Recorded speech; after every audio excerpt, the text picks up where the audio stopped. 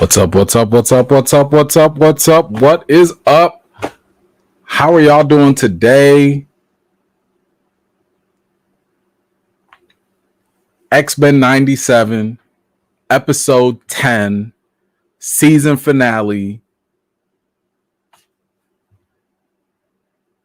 Wow. Wow. Wow. Wow.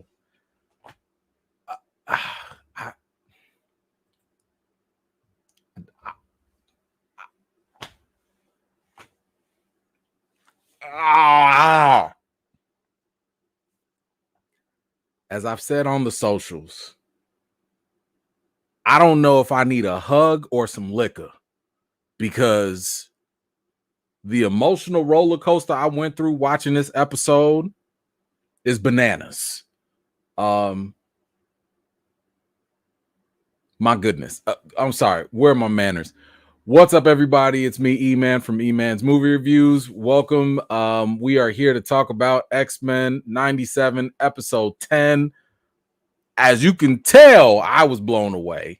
But man, oh man, listen, today we are going to go through the entire episode. This has also been the longest episode that we've ever had. So I'm going to go through the episode. We're going to break it down, maybe catch a couple Easter eggs here and there. But if you're looking for a full Easter egg hunt, this ain't it. You know, we really here to just talk about the themes and what happened. And then at the end, we will all give our rating and, you know, our thoughts on the episode. And of course, I'll give you mine as well. So by the way, let me go ahead and put this up now, because listen, if you are here and you have not watched the episode, why are you here? This is your spoiler alert. Okay, spoiler alert. We're going to go through the episode. We're going to spoil it. We're going to go piece by piece. If you have not watched it, again, I don't know why you're here. It would be a great idea. Go ahead and watch the episode. But matter of fact, if you go watch the episode right now, we'll probably still be here. Okay, because this is going to take a minute. Okay, we're going to be here for a minute. So please feel free to go watch the episode if you haven't already. That was your spoiler alert. So we're just going to leave it right there. Now, look, guys, out of respect of time, and I do apologize for being a little late. I've had to try to get all this stuff together. This is the most screen grabs, the most information, the longest stuff I've had to research out of all these episodes. So I do apologize, but I do want to respect y'all time as well. So I'm just going to give a quick shout out to everybody that has made it out today. I can't go through everybody right now because we'll be here forever. So shout out to everyone that has made it out. I really, really do appreciate y'all for sure. Let's see, Pappy, what you got here? Hello, E-Man. That was a delightful finale. I totally agree. Totally agree with that. And we will get to the rest of the chats as we get closer, you know, closer to the actual part of the episode. So we're gonna go through it. Let's see. We got to start off. Hold on. Let me get my book, man. It's so much stuff we got to get through, and I'm gonna try not to keep y'all here forever. But listen, we got things to talk about. Of course, as we've talked about numerous times, you always have to make sure you're paying attention to the opening credits. And what do we get? We get a flashback of back when Professor X and Magneto, they were colleagues, they were friends. This is back during the Vietnam Wars. And this is where they basically started to display their mutant abilities. I believe this was around the Savage Land episodes back in the OG series. But we got that little flashback right there, which is, of course, to give you a hint of what's to come later in the episode. We've been getting these hints for a long time of Cable fighting against Apocalypse, which, of course, we already know Apocalypse has always been a reoccurring villain throughout the entire series. We've also gotten multiple intros where the Phoenix is also shown through Jean. And you know, there was one other thing, and I don't think we've really gotten this too much, but they keep showing Charles with the Hellfire Club, and it's just kind of interesting that they're just not really doing anything with that. I'm assuming it'll be for next season. But you know, whatever, we did get that. But we start off in a bar where Charles and Magneto are back in their Vietnam days, and they're discussing the potential of mutants existing. Magneto tells, Charles was kind of like, what if I am a mutant? Like, what you gonna say about that? Magneto was like, listen, you better keep that on the low because the ops could be watching and listening. Okay. He immediately referred to how people will have to run and hide because someone might just make a camp just for mutants. And this, of course, is a reference to Magneto's Holocaust past, where that he's obviously way too familiar with. And Charles comes out to Magneto as a mutant. He just flat out tells him through his mind, and he tells him that, hey, my power is to make minds bend to my will. And Magneto was like, oh, word, okay, well, metal bends to my will. And this is where you start to see like the environment change, and things clearly are not what they seem. And this is where Magneto starts to realize that this is all a mental projection from Professor X.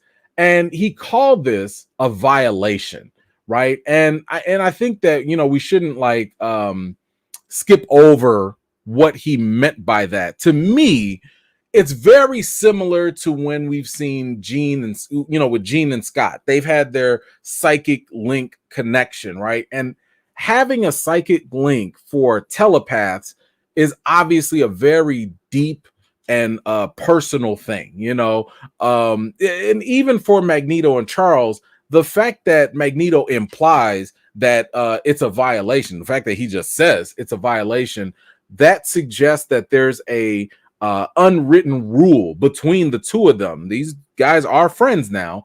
There's an unwritten rule that Charles would and should never try to enter Magneto's mind, at least not without permission.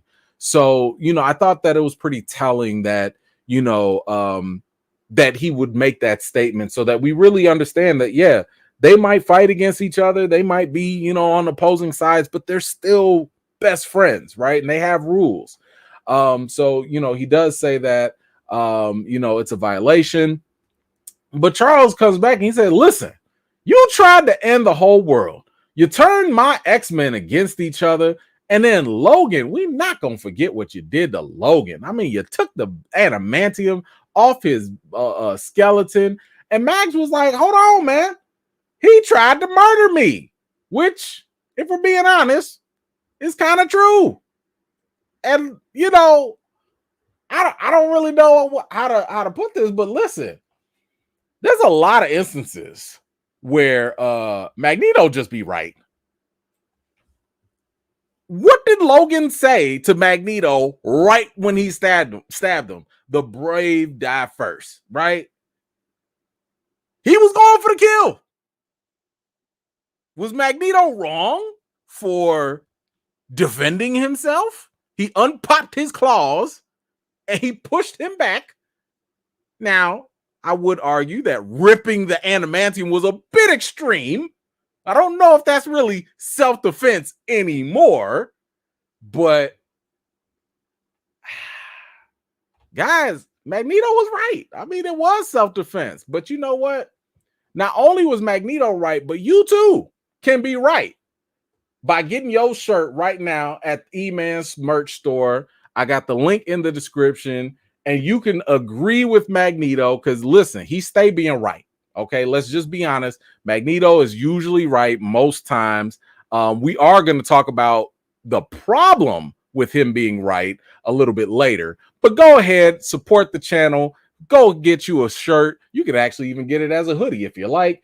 And you can feel free to enjoy that. So Magneto basically was like, yo, I don't care what you're talking about, Charles.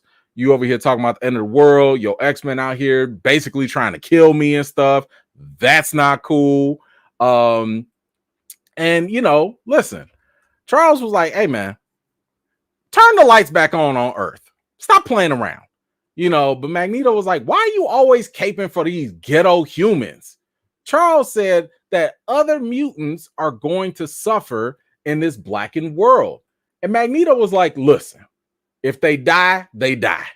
But evolution over everything. Now, this is the point where I think we have to stop and reflect, because it's at this point where Magneto is like, yo, if some of them die, oh well. This is the point where Magneto goes from anti-hero, anti-villain to straight up villain. Okay. And this is the plot device that happens most times.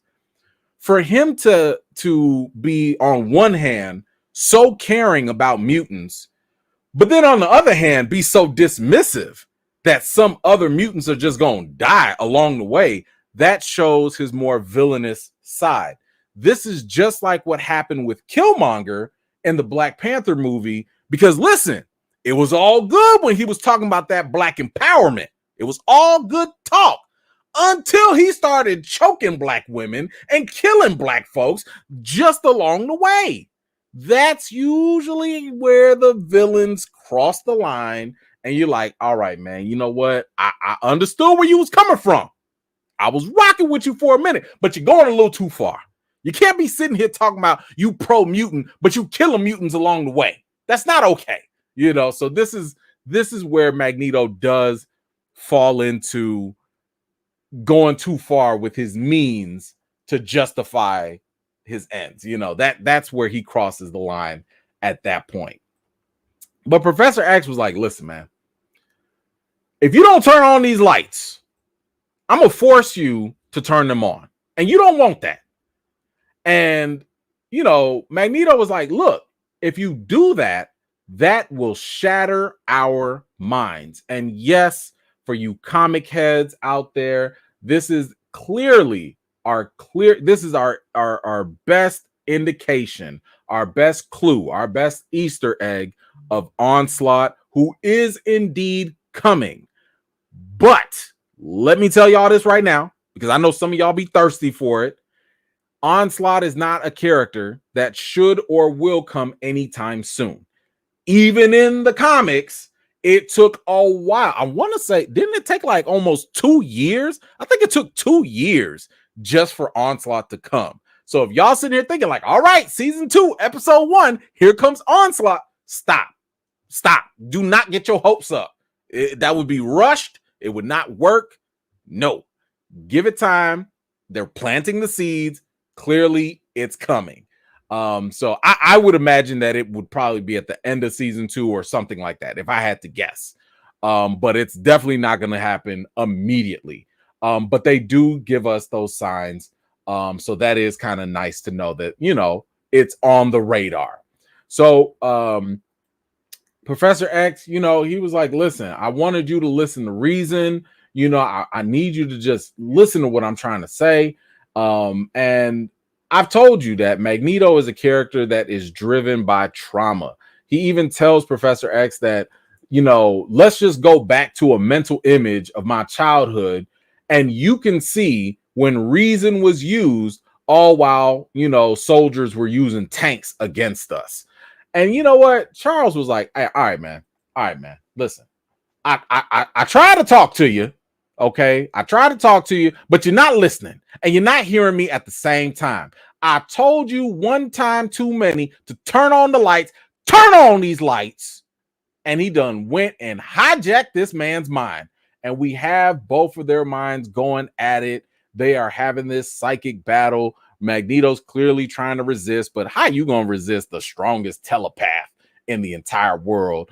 And of course, we see Professor X successfully hijacks Magneto's mind, and he does force him to reverse the magnetic effect on Earth. And we start to get a bunch of cameos once again. I believe I want to call him Shiny Samurai so much, but we do see Silver Samurai, so clearly he's going to be coming back, I'm assuming. And then we also see the President Kelly with Iron Man and old school Iron Man, you know, in the Situation Room. They're seeing basically all the lights on Earth, all the electricity, all the power come back. We also get a nice little cameo here from Daredevil, who's on the street. You can see clearly ever since the lights went out and power went out, there's been crime on the street. So we're seeing, I think, a really good view of like the street level heroes really getting into action. We also get that fun little cameo here of Doctor Strange, who's performing surgery by candlelight, but the lights have also come back on. So that's pretty cool. And let's see. And the Sentinels, we also see the Sentinels are starting to turn back on. And this was kind of, once again, the reason why Scott last time did not want to. That's why he stopped Professor X, because he was like, listen, if you turn that power back on, them Prime Sentinels going to turn on, and that's going to be a problem for the X-Men. So that's going to be something they're going to have to deal with now that the Sentinels are back and turned on. We see Jean here. She appears to have drowned after her fight with Cable. And you know, that really messed her up. And it appears as though she's probably dead here. But we also see Bastion. Bastion has clearly allowed his mutation to grow, where he's becoming less and less human. As you can see, it's more machinery has overtaken his body at this point, and he breaks that mnemonic headband that basically would have severed the link between him and the other Prime Sentinels. We see here that all the other X-Men here have been captured by the other Sentinels that came through. And now the Prime Sentinels are on their way. They're on their way, not only to Bastion, but they're on their way all over. And, you know, Beast said here, like, yo, you know, all those Sentinels, they're not actual, they're actually prisoners. You know, these are actually people that are being held against their will. And Bastion was like, wait, hold up, wait a second. I don't remember asking you a darn thing, Bluey, and smacked the mess out of his forehead. Told that man to shut the heck up, just like that. But Bastion goes on, and he mentions that he would have been an X-Men had Professor X accepted him as a kid. Now, this is clearly a contrast in stories, because if y'all recall, Professor X said that he did try to help Bastion as a kid, but his mom was the one that rejected Professor X's help. So it seems as though Mama Bastion was a liar. You know, now maybe she lied to protect her son or some way, somehow. I don't know. But it's sad because it's possible that maybe her fear or maybe her bigotry or hatred for mutants could have been the catalyst to lead, or at least to feed, Bastion's own hatred against, you know, probably more so than it needed to be. In other words, it's possible that we could have had a nature versus nurture situation.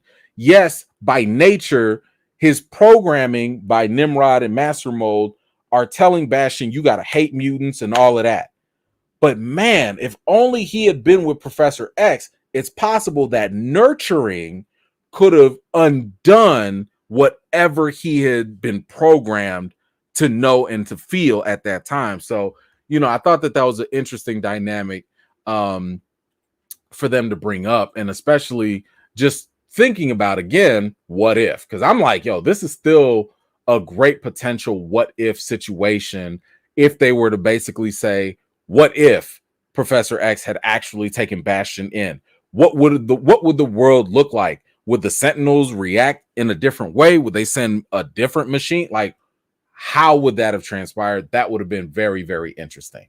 All right, I got a couple comments. Let's see if this is the right time for them. Okay, no, we'll get to those. Okay, all right.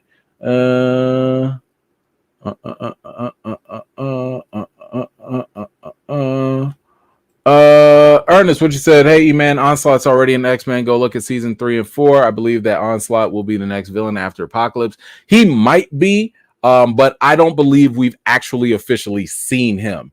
I think what you're referring to is like that evil version of Professor X, and maybe that could be. That could be. I think it depends on the interpretation.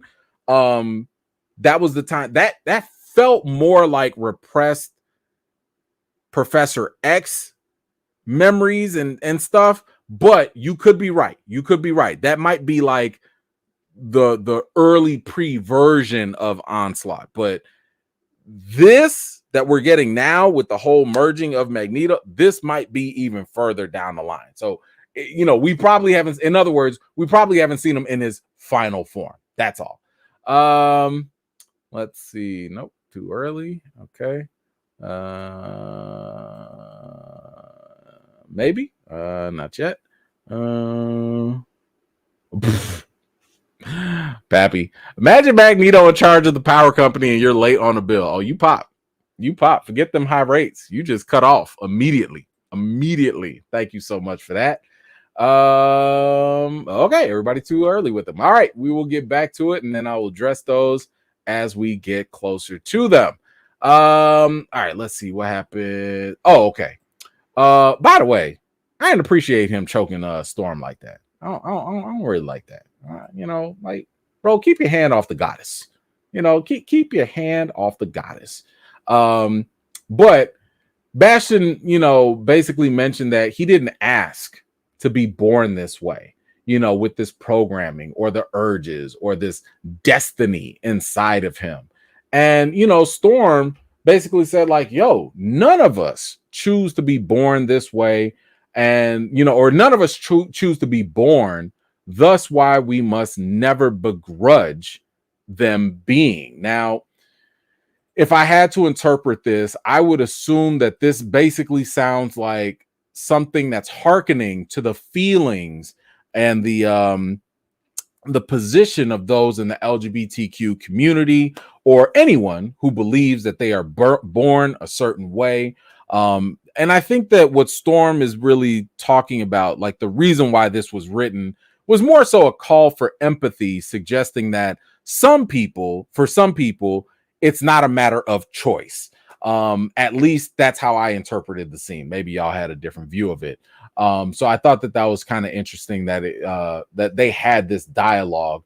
But what I found interesting here is how Bastion almost seemed like he was having a reflective moment when she said that, and but as we can see, his humanity is becoming so far gone that her words are basically falling on deaf ears. He's really not trying to hear anything. He even says, like, are you trying to appeal to my humanity? Like, I don't care about nothing about that. Like, man, miss me with all that. But Bastion does say that he has to go into his final phase of his plan. And he said that humanity is good, but a little too good. And therefore, to protect humanity, he must protect humanity from itself. And this is where you start to see all of the Prime Sentinels are now going on the attack. They are all going and turning even against the humans. Now, for those of you that recall, this really goes back to the OG series, and it really goes back to Master Mold, right?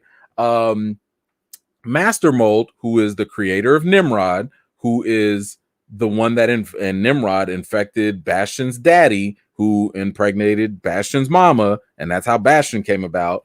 So this is where all the programming comes from. It comes from Master Mold.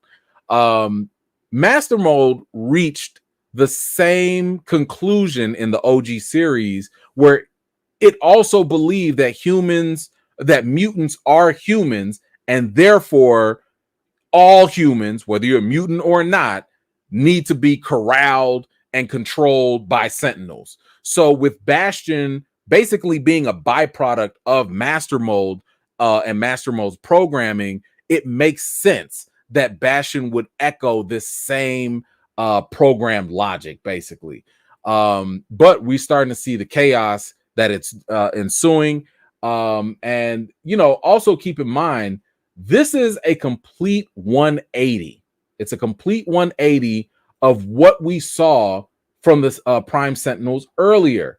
Remember, the Prime Sentinels, they were all cool. They were all like, hey, we're not here to hurt nobody. We just want to protect and save the mutants from themselves. But then, you know, they started to turn on the humans, and I can't help but think that this whole, you know, takeover is very similar to maybe either allegory or metaphor or some sort of representation of when a totalitarian regime comes into power. You know, maybe they start off using the police or the military as a symbol of peace or law and order, and slowly but surely they take things up to another level, and then they just start to run things. Kind of like how the Nazis did in Germany. They started off like, yeah, we're here to get rid of those communists. And then all of a sudden, no, we here to run things. All Jews line up. So I feel as though this is basically what Bastion kind of represents in this sense where, yeah, we were here to maybe help y'all. We were here for humanity, but really, nah, it's machines for life. You know, that's pretty much where that ended up. So of course we start to get these different cameos here. And listen, first of all, let me be very clear. Yes, we're going to talk about it. Okay. You see the shirt. You know who I am. Yes, we're going to talk about it, but I need y'all to hold your horses. Okay. Because it's coming up. But when this came up, boy, you already know I was going through the roof. I was like, woo, look at my Black Panther with the Dora Milaje. You see them Prime Sentinels sitting here thinking they finna scare the king? Y'all not gonna scare the king? And you saw the king came out like, huh? No. Not in Wakanda, suckers. You see how he sliced them up? Sliced them up through the window. Through the window. Listen, when I was watching this, I was sitting here just like, yo, we eating, y'all. We feasting right now, y'all. T'Challa finna come through, y'all. I told you we're going to talk about it. I'm just telling you how I felt at this moment. Because I was like, yo, we here. We'll get back to this. Now, as the Prime Sentinels were taking over on the street level, we see Cloak and Dagger. They show up. So that was pretty cool. We see Daredevil out here getting waxed by the Prime Sentinels. We got a couple others. I want to say this was Omega Red, Crimson Dynamo. I don't know the other girl on the right. If somebody knows who it is, please feel free to let me know. And then of course we got let's see, from left to right, I want to say you got North Star. This was from Alpha Flight. Psylocke, of course, we've seen her. I don't remember the black girl, I forget. Then you got Puck, and I want to say the other girl is probably Aurora, North Star's sister or whatnot. But yo, this mass of Prime Sentinels trying to take over, this is really becoming a serious problem. You do see Bastion here, and he's really starting to like just, whew, man, the mutation is taking over. But he asked Cable, how many times have you failed to stop me? How many times did you go back in the past to try to stop me and you just couldn't do it? And you see Cable here struggling, but because of that diamond in his forehead, no, he's not part of the Rock. It's just more of the fact that he is under Sinister's control. Because of this, Bastion says, yo, make him talk. And he talks. And, oh, man. That they didn't have to give my man the thug tears. But you can tell that he clearly cannot hold it. He cannot fight Sinister's control here. And even fighting through the thug tears, he told him that it took 200 time travel attempts to try and save Genosha, to try and stop Bastion. and he could not save his mom, Madeline Pryor. But I love the fact that even while he was under this whole impression here, he was like, yo, what's up with your mama? He still had to take a jab at Bastion's mama. So I like I like Cable. Cable is that dude, okay? Even under mind control and stuff, he's still gonna go out and be like, I'm gonna get my jabs in too, And Bastion gets his Sentinels ready to kill Cable, and Sinister gets mad because he's like, yo, you told me Cable's gonna be my prize for working for you, like what you doing? That's my prize right there. But Bastion knows that Cable is a time travel threat that can easily undo his future. So basically, Cable is a liability. He cannot, and this is probably the smartest thing any villain can do. Because good and well, most of the classic villains, they'll always leave loose ends, and those loose ends always come back and bite them in the butt.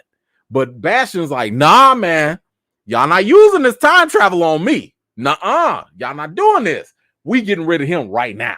Now, of course, even if he's smart enough to try to get rid of Cable, there's just some things you can't go up against. Okay, certain forces of nature, and we start to see the broken headbands start to come together. And Bastion's looking up like, what is going on? Cable was like, yeah, y'all better check y'all history books about my mama. Y'all just don't know.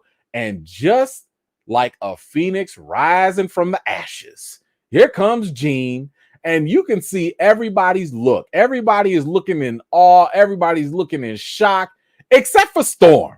Storm was like, oh, yeah, y'all finna die now. Every single one of y'all, everybody about to die. Yup, y'all getting murked. And I put that on Charles. Look at my sister. That's it for y'all. Phoenix came up and said, listen here. I ain't playing with you. Bastion, get your tail over here and put this headband on and basically stop all those Sentinels, the Prime Sentinels that had a connection with him. And she turned all of those off. She also confirmed that the Prime Sentinels did not actually choose to become slaves of hatred. I got questions. I'm just wondering if the Prime Sentinels, who are humans, if they did not choose to be a slave to hatred, what did they sign up for? I just want to know, like, what? Remember, this was a volunteer program. Didn't nobody capture them? Didn't nobody kidnap them? I'm just wondering, what did they actually sign up for? What did they say when they signed the paperwork, when they signed that waiver? I know people don't read the fine print, and I know Bastion didn't tell them exactly what was going to happen to him. I'm just more curious, what exactly did they think was going to happen to them? Because we've saw some of those other humans training, and they had their little powers and stuff, and they look fine to me. They didn't look like slaves to me. I'm just saying, I ain't trying to give them no excuses. Talking about they slaves of hatred. You sure? Because that, I don't know. But she did go ahead and sever that whole, she severed the connection from the Prime Sentinels. And you start to see the Sentinels all around start to fall, and they start to fall down to the ground. They're no longer working, and you see all the heroes on the ground are starting to see that the effect of the Phoenix. And then boy Sinister told Cable, hey, defend your master. And Phoenix said, come here. She said, boy, bring that A over here. She touched this man's heart and stripped him of all the mutant DNA that he's stolen over the years. So this finally answers the question, I think, of what exactly Sinister has been doing to himself all this time. I think it's easy to say that Sinister has been, I don't know, Frankensteining himself over the years. He'll find different genes from different mutants and combine those genes within his own DNA. Now, remember, in the final season of the OG series, Sinister was not born as a mutant. He played around with genetics because he was obsessed with evolution and made himself into what he is now. Phoenix was like, yeah, all of that talk, all of that you was doing, it's over with. The Phoenix burns out all those genes out of him, which is an amazing feat of power, because not only did the Phoenix reconstruct the headband, by the way, like, don't forget that headband, where is it at? Hold on. Because that, to me, that was really, really amazing. Not only did the Phoenix reconstruct the headband and make it work, okay, made it work to the point where Bastion had to, lose his connection with the Prime Sentinels. Not only did she do that, but she also did a specific and precise molecular surgery on Sinister. Like, Phoenix,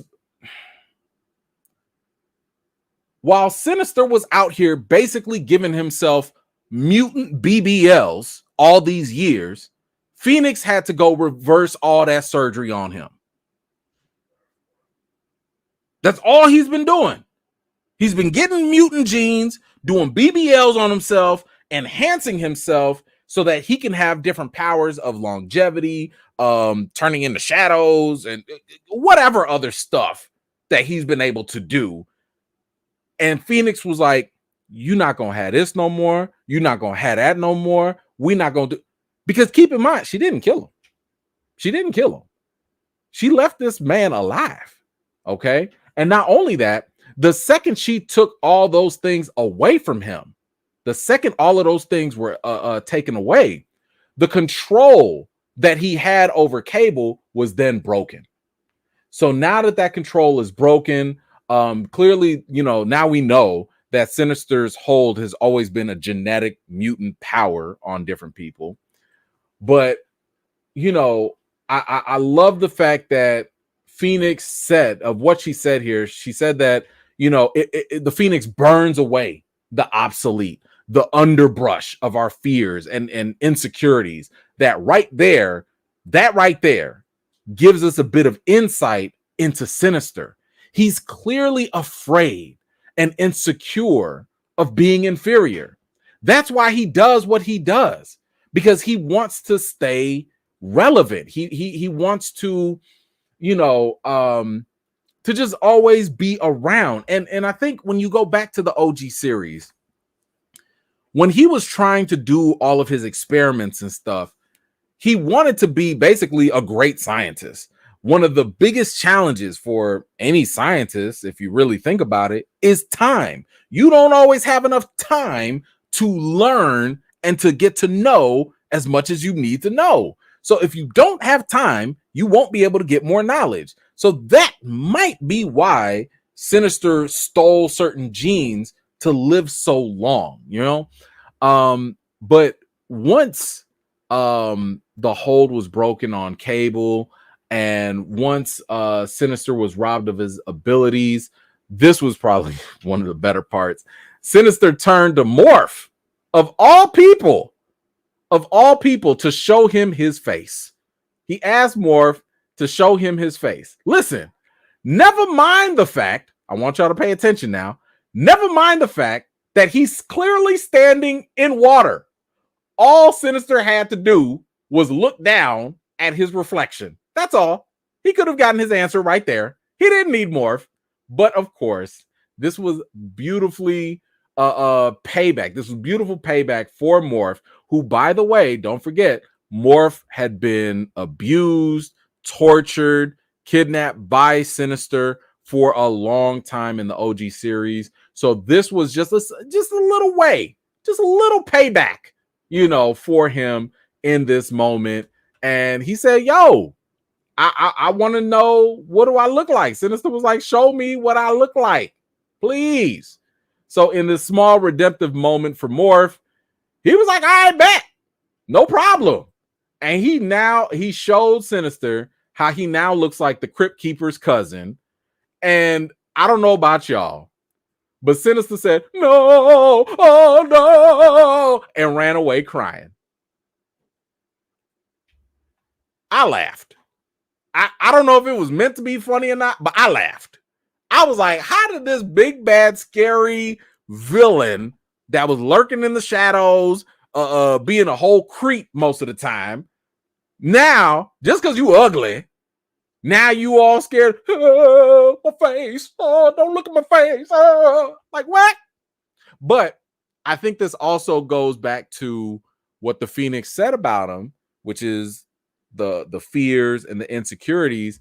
So I'm assuming because he's so concerned about, first of all, he should be lucky that he's alive. First of all, I'm surprised he didn't turn into dust because he's over like 200 something years old. But the fact that he's so broken at this point about how he looks, I think this kind of points to the fact that, Sinister probably had an issue with his vanity. He probably enjoyed looking good. He probably enjoyed looking, clean and, I mean, my man never missed a haircut, clearly, listen, I don't know what happened. He probably missed his appointment with his veneer tech because my man clearly needs some veneers. Look at him. He got 6 teeth, 7 teeth. Something's not right. Something is not right. He's losing teeth. He ain't got no hair. He's clearly going to have to go to Rogaine or somebody to help him out. It's not working. And the skin bleaching definitely was not a good look either. Because I don't know if y'all realize this, that was not always his complexion. My man was out here bleaching like Sammy Sosa, and this is what you have right now. It's not good. Not good.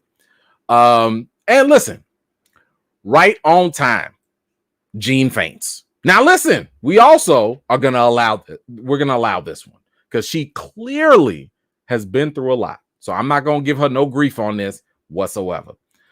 She does say that the Phoenix is gone. She said that it came back to protect her son. And I thought that was such a touching moment for both Cable and Jean. Now, we've seen in the past Cable reject Jean as his mama. Why? Because the clone, Madeline, was technically his mom. So Jean, we also saw, seemed to be absorbing more of Madeline's memories after her death in Genosha. So for her to acknowledge Cable as her son, I thought was pretty cool. I thought that was a pretty nice sentimental moment. I kind of likened it to, when you have like a step parent who's no longer saying, oh, this is my stepchild, but they're actually like, nah, this is my child. Like, this is my kid, something like that. So I thought that moment was really touching and really nice to see between the two of them. Let me just check comments. Let me see if we caught up yet before we continue. Not there yet. Nope, not there yet. Okay, not there. Nope, too far. Okay. Nope. Pappy, you dare laugh at me? Thank you so much for that. Didier, what you got? The Prime Sentinels that fell from the sky, they died, right? I'm going to assume no. And the only reason why I'm assuming that they didn't die is because I don't think that the Prime Sentinel technology went away. It might have turned off. Man, let me see. Hold on. Let me go back to the images because you're asking some interesting questions here. When they, I want to see when they turned off. Okay, yeah. So when they turned off, at least it didn't look like they stopped being Prime Sentinels. So I'm assuming the only reason why they fell is because the connection between Bastion and them got severed, which means they just simply were no longer following his orders and they now got their free will back. So I don't even think that they were attacking mutants because they wanted to. I think that now they're just kind of like still, because how do you get rid of the nanotechnology? Like that has not left their bodies. So I think that they have not died. That's my best assumption right now. But thank you so much for that. I appreciate it. I don't know if I answered it or not, but I think they're still alive. I think they're still fine. But thank you so much for that, man. I appreciate you. Nope, too far ahead.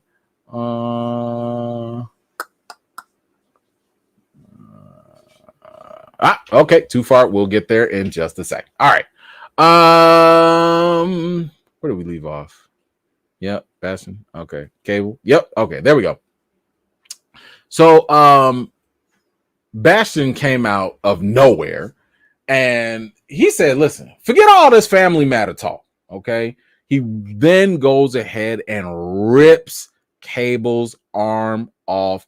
And just to add some insult to injury, first of all, you ain't have to rip his arm off. And then you gonna beat him with his own arm? Come on now. This is some true villainy right here. He beat this man with his own arm. And then he takes Cable's arm and appears to, I'm assuming, fuse it with his own body. And yet again, Bastion takes yet another step closer to being more more machine than human. And then he flies off into space because his goal now is to throw asteroid M into the Earth and basically create an extinction level event. And this is very similar to what Ultron wanted to do, where he was going to drop an asteroid onto Earth and basically kill everybody, kind of like how it killed the dinosaurs. Now, back on asteroid M, Magneto and Charles are still knocked out. Charles, he's still trying to help Magneto repair his mind before they both are in danger. Wolverine is still out from having all the adamantium metal ripped out of his body. Now, in the comics, he was out for months. Like, I want to say he was in a coma. I believe, somebody can correct me, but this really took a toll on him. This really jacked him up. So this is definitely a major injury for him. But what was way more interesting here for me is what happened with him and Cyclops. Now, Cyclops tells him, "Don't you dare break her heart and go ahead and heal up." Now, of course, the her that he's referring to is Jean. And that, of course, is what's more interesting here, because this implies, I believe, that Scott knows, or at least he has a good idea of how Jean might feel about Logan. Now, he clearly knows how Logan feels about Jean. He knows that too. But let's not forget, Scott and Jean, they do share a psychic link. So maybe, I don't know, maybe he knows in some way that she got feelings for him too. But what I will say is that I like this. I like what they're doing here, because I feel like this is another example of the Xmen maturing. I feel like in the past, like if this was the OG series or whatever, Scott would have just been like, "Come on, Logan, pull through," or not, whatever. I don't really care. Because I remember what you did to my Jeep last season, right? So I could see that kind of being the case with the old Cyclops. But now Cyclops is kind of motivating Logan with the one person that Logan loves the most. And we all know that that's Jean. If Jean says to Logan to jump, he's not even going to ask how high, because he's too busy flying in the sky. He loves him some Jean. He'll do whatever it takes for Jean. I don't know why, but that's just how he is, right? And at the same time, we also saw this growth from Wolverine when we saw Jean and Wolverine we saw Jean clearly cheating on her husband Scott when she kissed on Wolverine. And Logan was like, nah, baby girl, you're confusing me, right? You're confused right now. Go fix things up with your husband, right?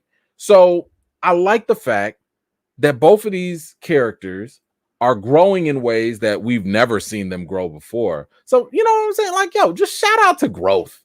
You know what I'm saying? Shout out to maturity.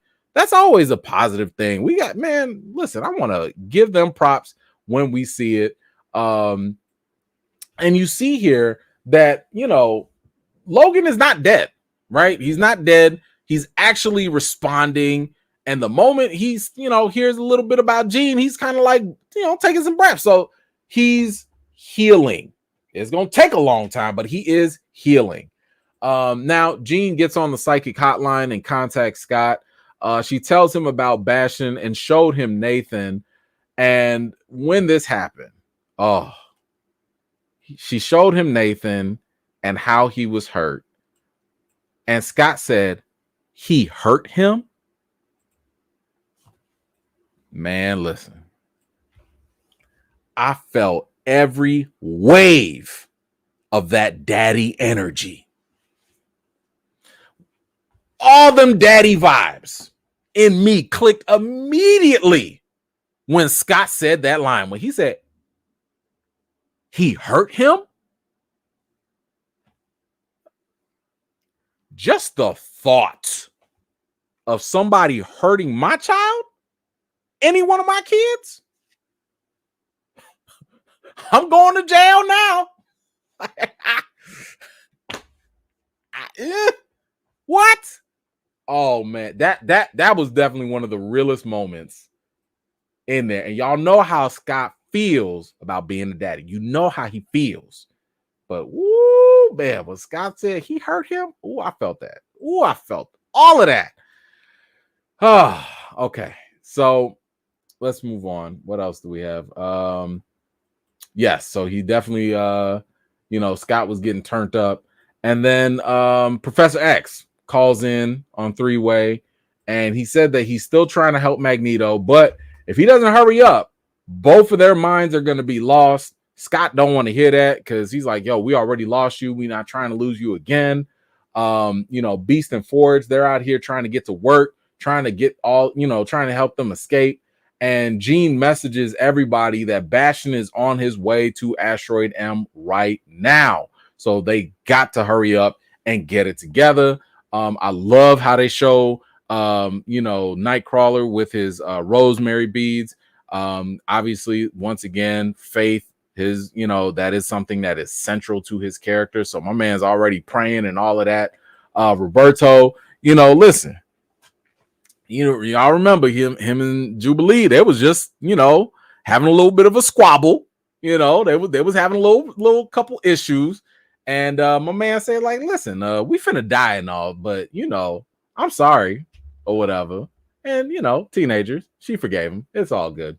But Bastion shows up, and Rogue had to let him know right from the jump.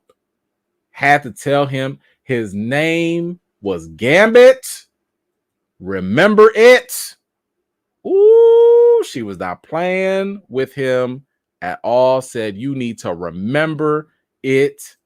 And that, of course, was a fantastic line that we got from Gambit. It was something that Gambit made popular all the time. And just in case you forgot, you too can remember it by visiting E-Man's merch store or by scrolling down to the t-shirts down below this video. If you're watching on the replay, shout out to the replay gang. Get your own Gambit shirt and support the channel while you remember it. Now back to our regularly scheduled program. So yes, not only was Rogue sitting here given just a 1, 2, 3, 4 piece combo to Bastion, but I love the detail here. If you notice very subtly, you can see how she was crying because she was still fighting through grief. She's still fighting, like she's still hurting over what happened with Gambit. And of course, all of this was Bastion's fault. So she's definitely trying to get her revenge here at this point. And their fight apparently, you know, goes on. and it takes them to the blue area of the moon. Now, for those of you that don't know, the blue area of the moon, this was I think this was created by the Skrulls in the comics, like a million years ago or something. It was like a testing site for the Kree, but I believe in the comics the Fantastic Four kind of discovered it, or they traveled to it. But there's also a citadel here dedicated to Uatu, or the Watcher. So that's pretty much where they are right now. They are on the moon. They have there is a little bit of oxygen here. So if anybody's like, how can they breathe out here? This place has oxygen. So comics, whatever. But as this was going down, listen, Rogue messed that man's face up. Okay, he was not good. Now, he did quickly heal up, and the moment he healed up after she gave him that, he went all Wayne Brady on her. He was like, yo, does Bastion have to choke a mutant? Okay, he was like, does a Bastion have to choke a mutant? And if it was not for a sunspot, Rogue was about to die. Okay, let's be honest, Rogue was finna be gone. And this is where we go back to Earth, and we see President Kelly is in the Situation Room because they have to deal with the threat that Magneto poses. And this is where we see the Black Panther urging President Kelly to take action and to vote yes. That yes that he's talking about is the Magneto protocols. And even Captain America also urges for them to say yes to it. And while he's urging him to say yes, Captain America also gives us our first indication that no, this was not T'Challa, but instead, this was King T'Chaka, aka T'Challa's father. So I think a lot of people understand what just happened here. And in case you didn't, let me explain why there's been some outrage. There have been some uproar online about where did T'Chaka just come from? Now, of course, we know T'Chaka was the previous Black Panther before T'Challa. We know that. It is in the comics. That's not the issue. So let me try and break it down. Give me a moment here, because I want to break this down for people so that they can kind of understand we have a problem here.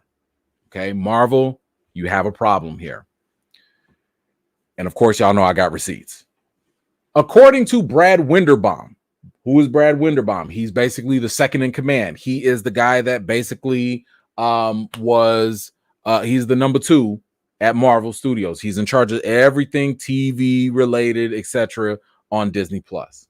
According to him, in an interview, he said X-Men 97 fits directly into the continuity of the 90s animated shows, and as you know, there were some awesome crossovers, most notably Spider-Man the animated series. Why is that important? Why? Because Black Panther has shown up in other iterations of the 90s cartoons.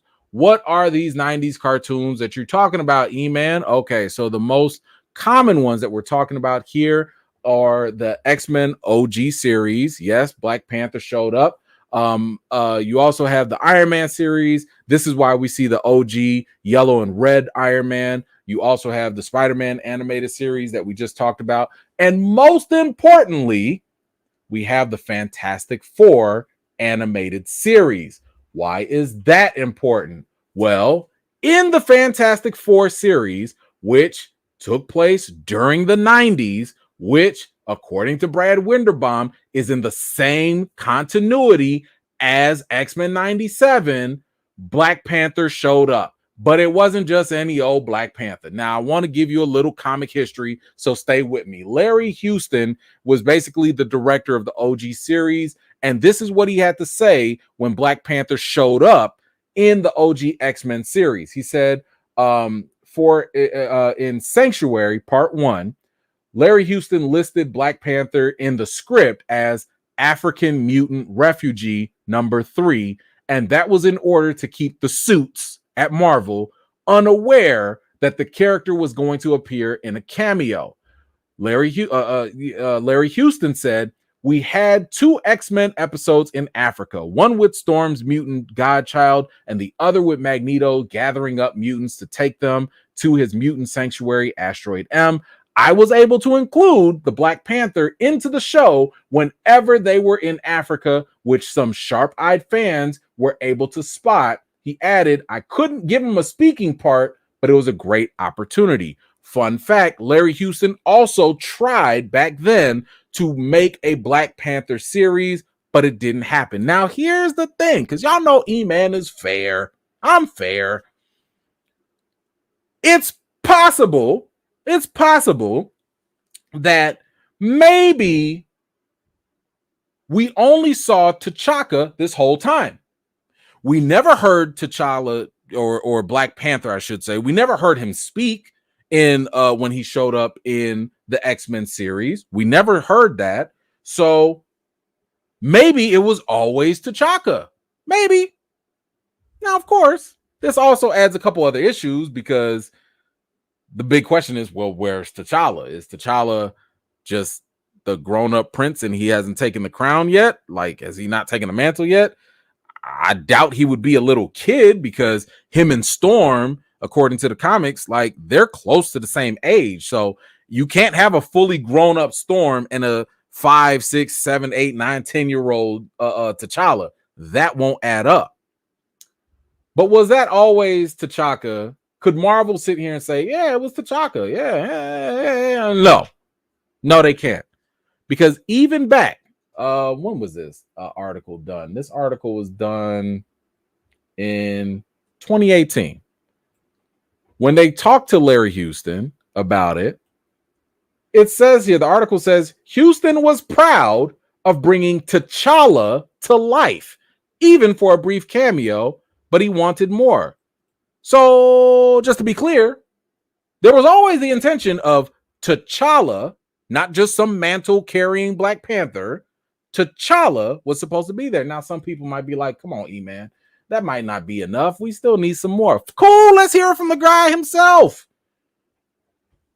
Larry Houston goes ahead and says, here's some montage of images of the 94 classic Fantastic Four episode, Prey of the Black Panther, that he directed. This is his first fully animated debut, his first cameo in the X-Men, and as a prop way back in Spider-Man and His Amazing Friends, they were all drawn by fanboy me. Now, here's the thing. You see the images that he posts. This is the image from X-Men, the OG series. This is the T'Challa that Larry Houston, the director of the series, included. This is who we saw. This is also very reminiscent of who we just saw here as well. Now, he wasn't unmasked, but this is the same uniform with the cape. You also see same thing here. And this is where they messed up. Let me take this banner off so y'all can see. This is where they messed up. Because when you see here in this episode, because remember, according to Brad Winderbaum, all the crossovers all match. They are all together. The reason why they mess up is because if you look right over there, right there, where T'Challa's raising his fist, that is T'Challa. Okay? Voiced by Larry David. Okay? So there is no question that T'Challa was supposed to be the Black Panther, as he's always been in the vast majority of every single comic in the Black Panther series. So anybody out here talking about it's just a mantle, who cares? And 50 something years says otherwise. Okay.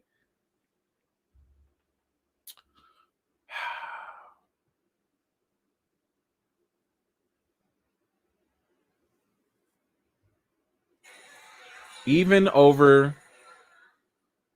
in other references here, you see all the times Larry tried to cross over the same Fantastic Four that we will see later in this episode.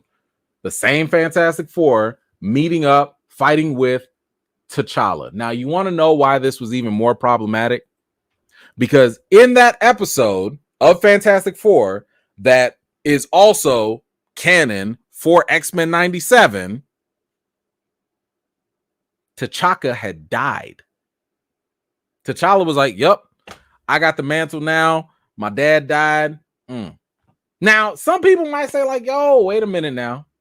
We don't know the time frames. We don't know when this happened. Now, if we are supposed to go off of the years these things came out,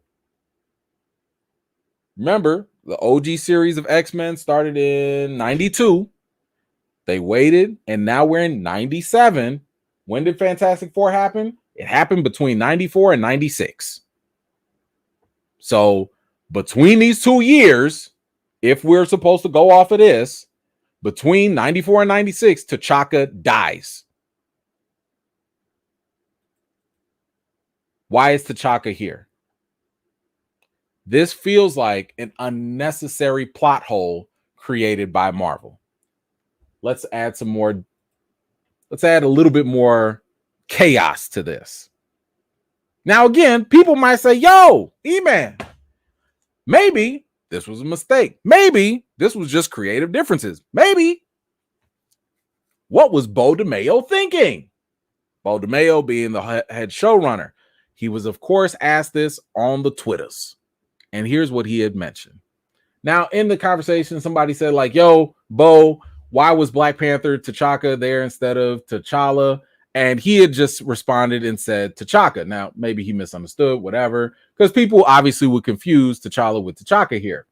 But as people started talking about it, people were like, yo, it's kind of weird to show T'Challa in an out of MCU continuity animated series when every logical choice would be that it would be him and not his dad. MCU Black Panther stuff should not affect other projects. What did Bo DeMayo say? I can't speak to this choice.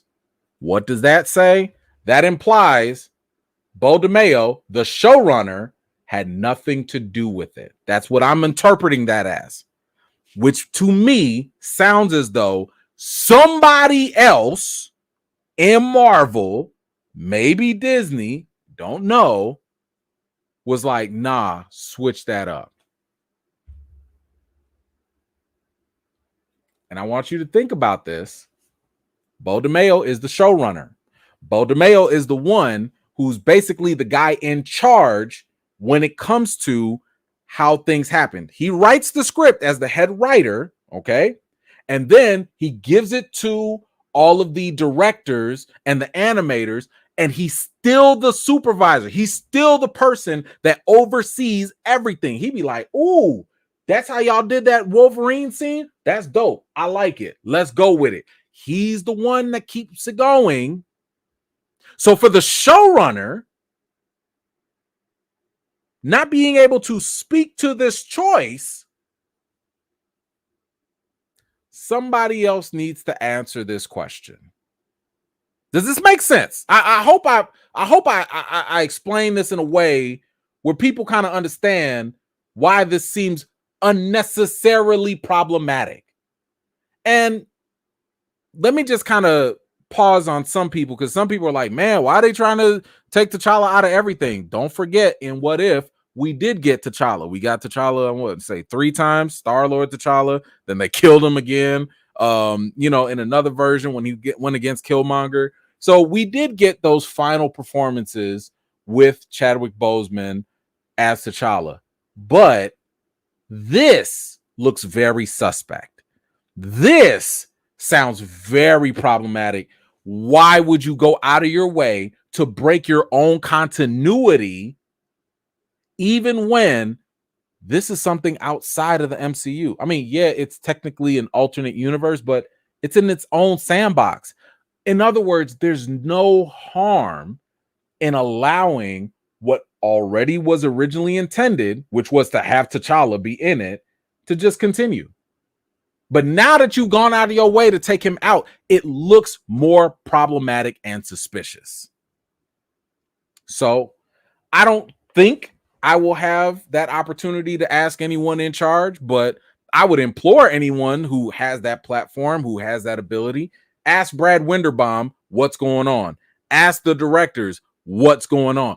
who made this decision and why did they feel it was necessary, and what kind of creative pretzel are y'all gonna twist yourselves in to try and explain away why this doesn't make sense with the Fantastic Four that we know is connected to Spider-Man, that we know is connected to X-Men 97.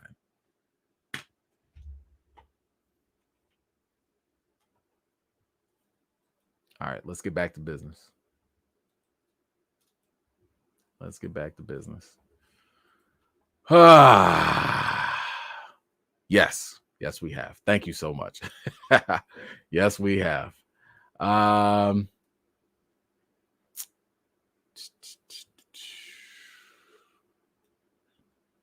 Boom. Coco, thank you so much. His name was Gambit. Remember it. So many good one-liners. Absolutely. That's always a classic. Always going to be a classic. I like it so much.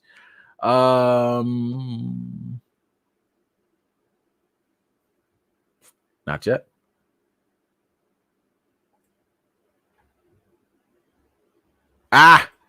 Quiet one. What you got? So the people are walking around with Order 66 chips in them. Cable gonna have to go to Wakanda to get him a replacement Bucky arm. He might. I don't know if he welcome there though.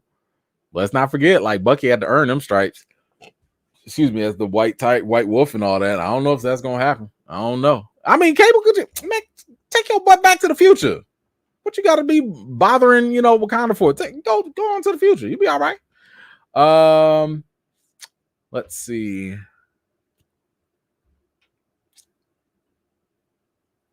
Who are you talking about? Anthony, thank you so much. Now I want to know what happened to Madam Web. Still can't get over how his cameos got me doing the ugly face cry. Can't say one, and he didn't say one word for Madam Web. I don't recall. Are we talking about the same person? But no, I don't know. I'm a little confused by that one. Sorry about that. Yunk, yes, that's T'Chaka, not T'Challa. Yes, I'm aware of that. Thank you so much. But people going in as we were watching, we did think it was T'Challa because that's the most common assumption until Steve, revealed that. Nelson, did some Wakandans become Prime Sentinels? I'm going to assume no. Mainly because Wakandans, especially under T'Chaka, were separatists. They were not involved with other countries like that. So they might have had a relationship with the president or whatever, but I highly doubt that they would get themselves involved. So I would assume no.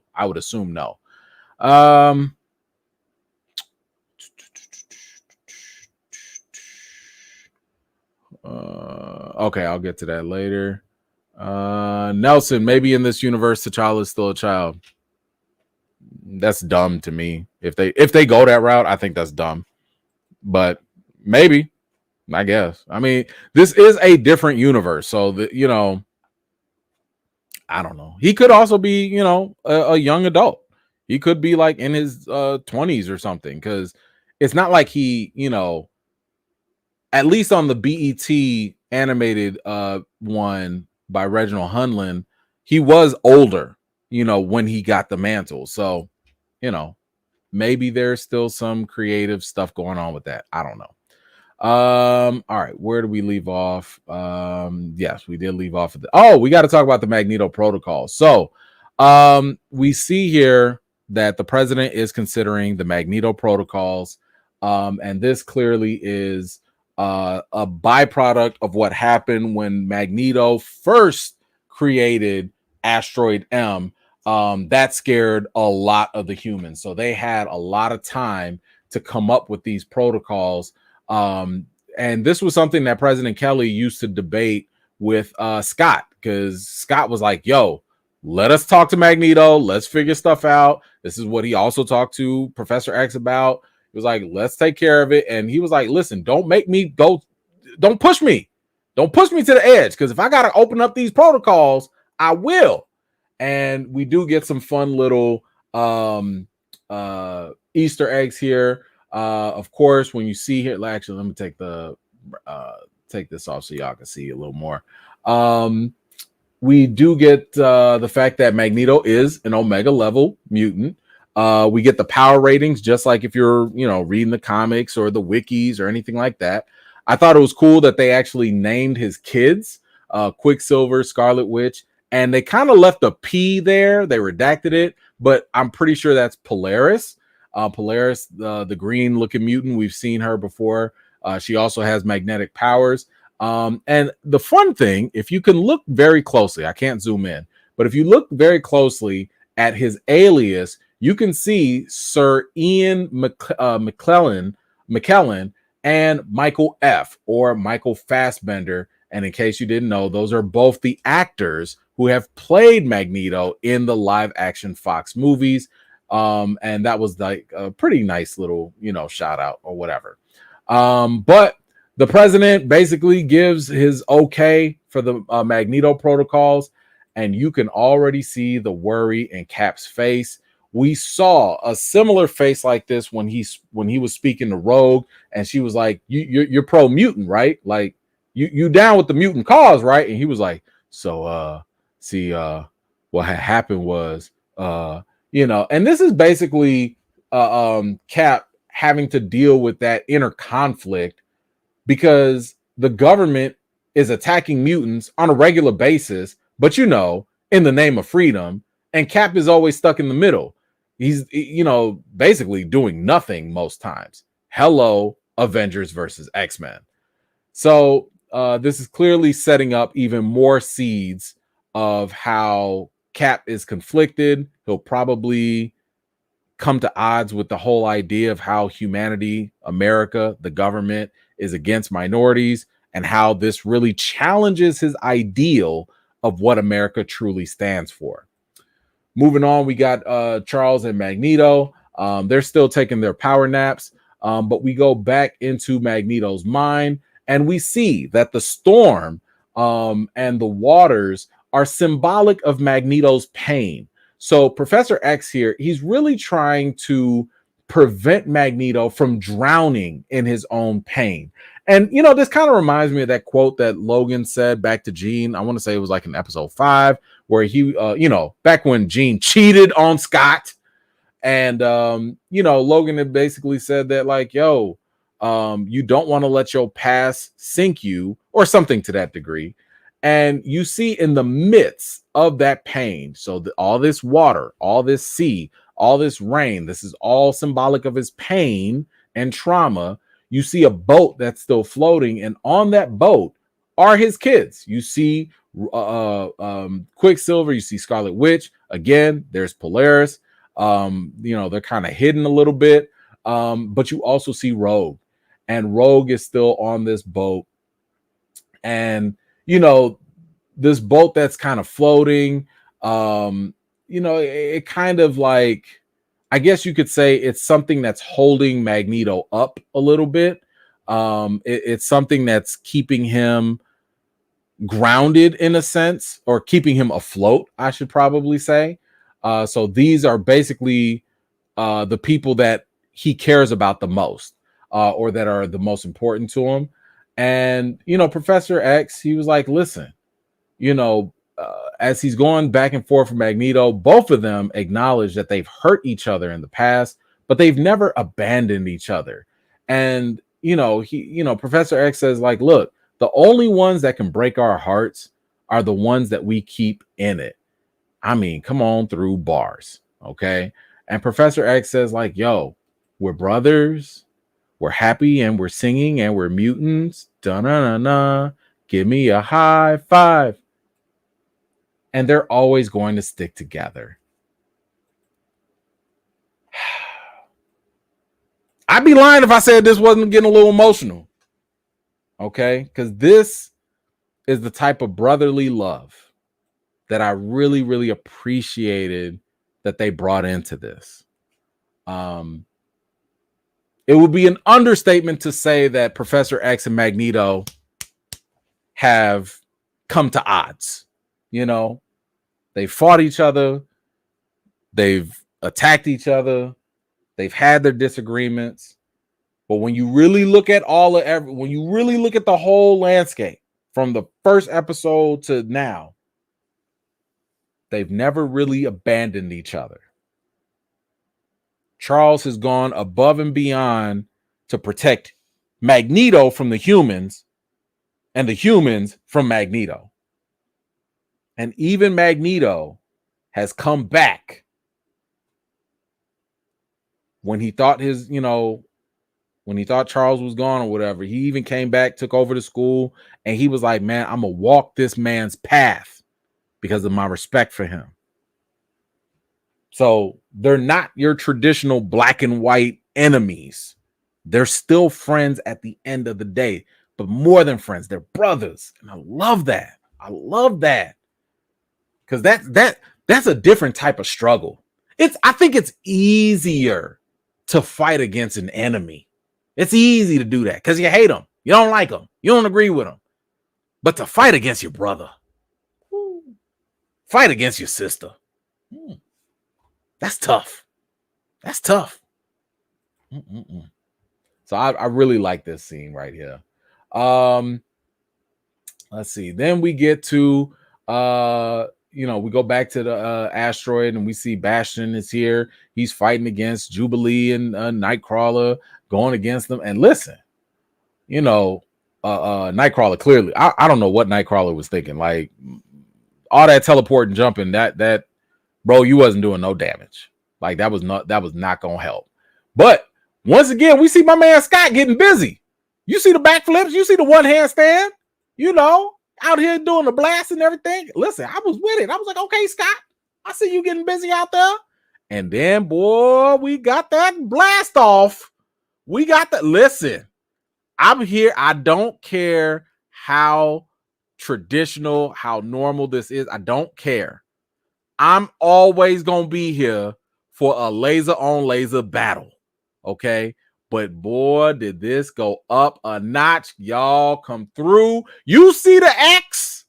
You see my man cross them arms and go straight classic Marvel versus Capcom. Boy, this X-Men versus Street Fighter. Cyclops said, a new challenger. 33 hit combo. Oh, man. Listen, I geeked out. I'm not gonna lie, I yelped. I was like, ah! I was like, yo! That Leonardo DiCaprio. I was like, ah, that's it. That's it. That he did the move. He did the move. Oh, that right there brought me back. I still got Marvel versus Capcom. I might have to go put that in the system. Like, I still play that. This, I just love the fact.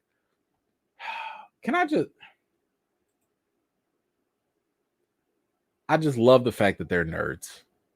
I love the fact that everybody on board are some nerds. That's all. This brings joy to my heart. Just even these little moments. Just these little moments. But my man Scott was getting big with him. He was getting big with him. Loved it. Then we saw Jubilee coming through with the spinning firework disc. And I think that was a nice little move that she picked up from her future self from episode 4. And Bastion was kind of bogus. My man was like, what you gonna do? You gonna slay me with your 4th of July? What you finna do? And I love the fact that she was like, oh, haven't heard that one before, and proceeded to shoot up and destroy this entire man's face. Look at his face, bro. Nobody watching the original X-Men would have ever put it on their bingo card that little old Jubilee was going to do this to anybody.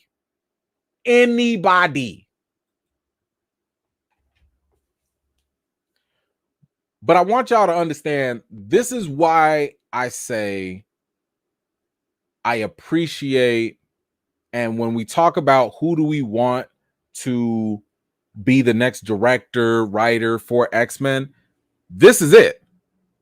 Because it's these subtle little things that lets me know whoever's on board knows this in and out.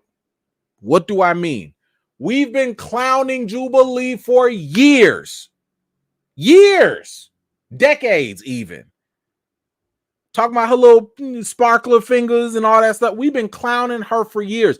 The fact that the writer, Bo DeMayo, was aware of that, used that same joke that all of us say and thought about Jubilee for the villain against her, and then for her to sit here and say, think I haven't heard that one before, and then proceed to show off.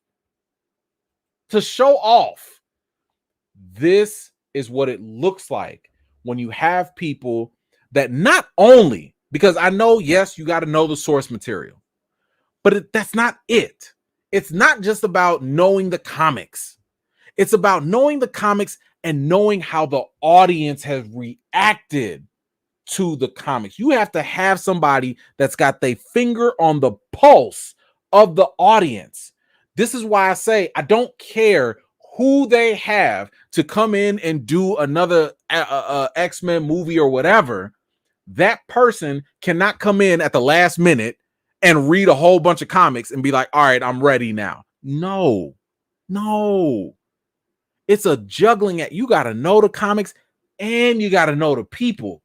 Because if you don't know the people, any little dumb thing you pull from the comics ain't going to make sense. Just because you pull it from the comics, just because it's from the source material, that's not enough. You want to know a classic example of why that does not work?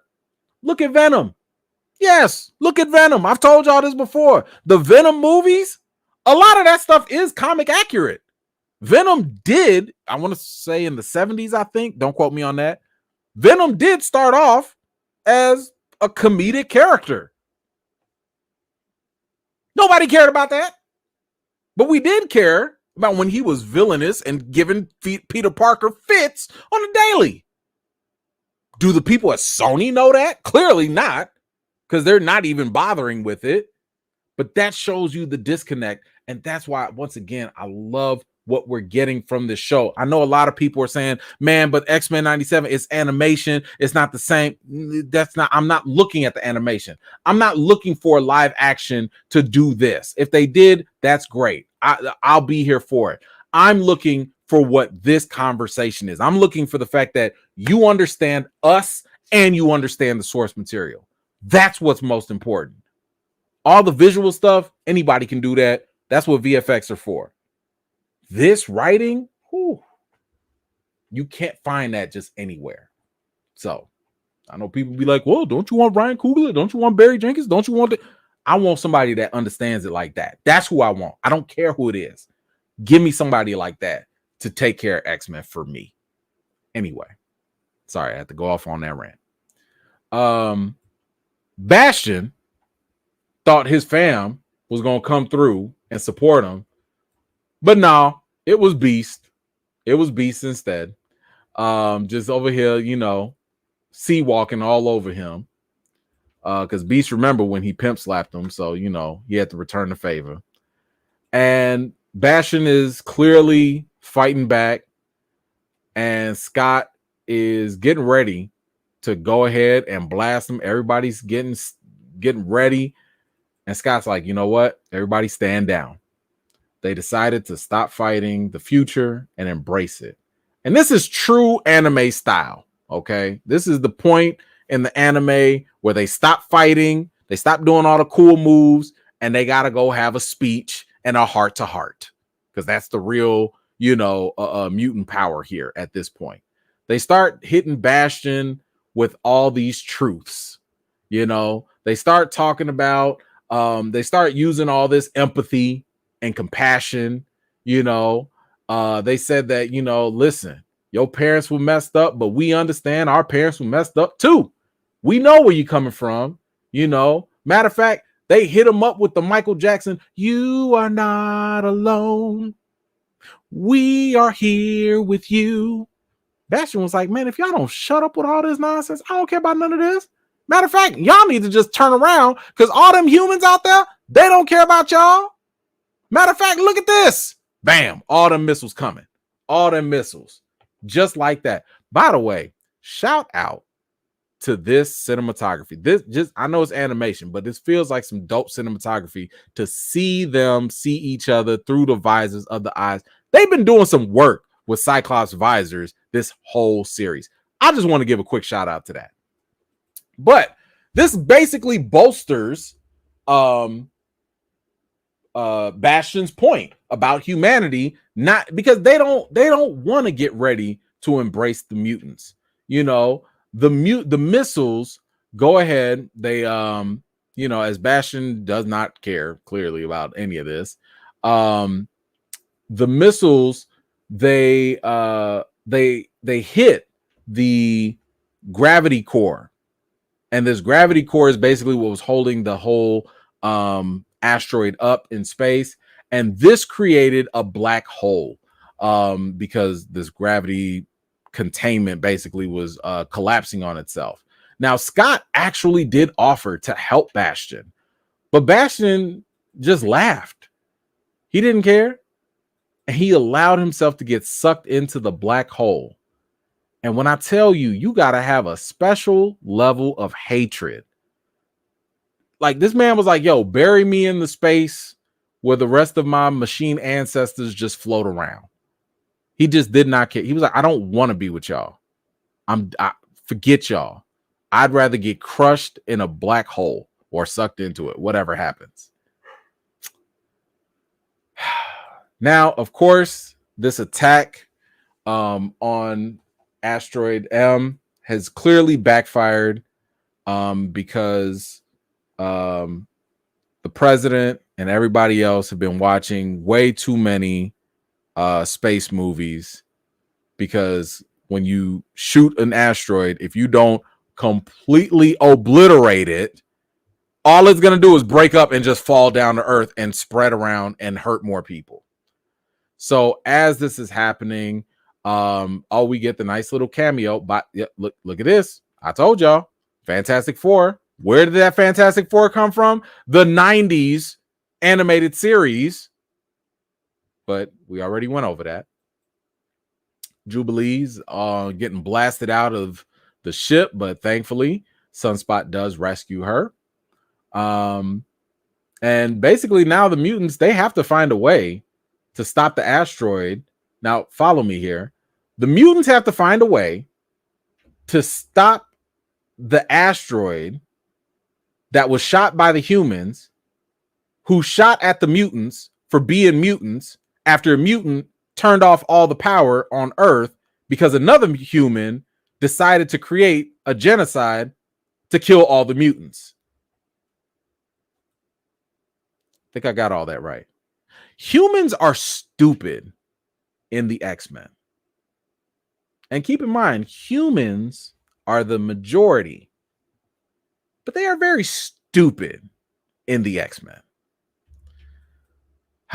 While trapped on the asteroid, Scott tells everyone to escape as he blows up the asteroid himself. And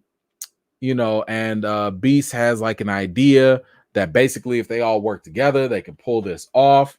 But meanwhile, Jean and Scott, they visit Cable, and Scott tells him that he won't make the same mistake that his dad made, and that was to say goodbye. Recall that, when Scott left Madeline prior she left Nathan and Madeline basically to, be sent off in the future. Scott did not want to be a part of it. So he just left.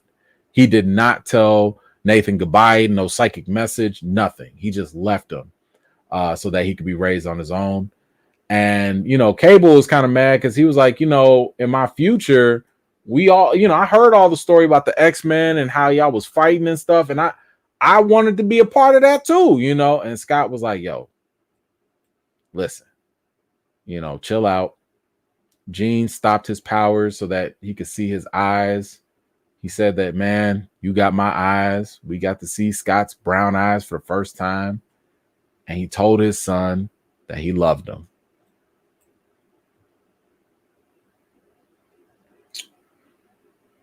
I'm not gonna lie.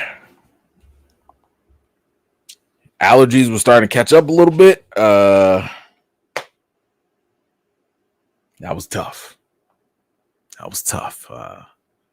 Watching that right there was definitely I don't know. I think I might have walked past a couple onions or something. I don't know, because that was man. Ain't no cartoon supposed to be making me feel like this. How am I gonna come from being geeked up because y'all was just sitting here having these crazy video game moments, and then you gonna hit me with the sentimental dad moment with the parents saying goodbye? Y'all name me a cartoon that does this to y'all. Y'all tell me what other cartoons out here doing this.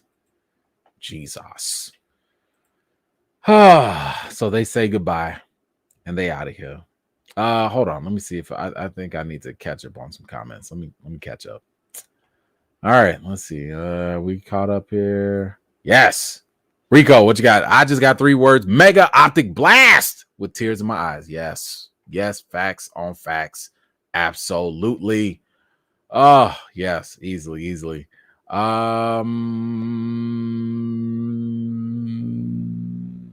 Scanning.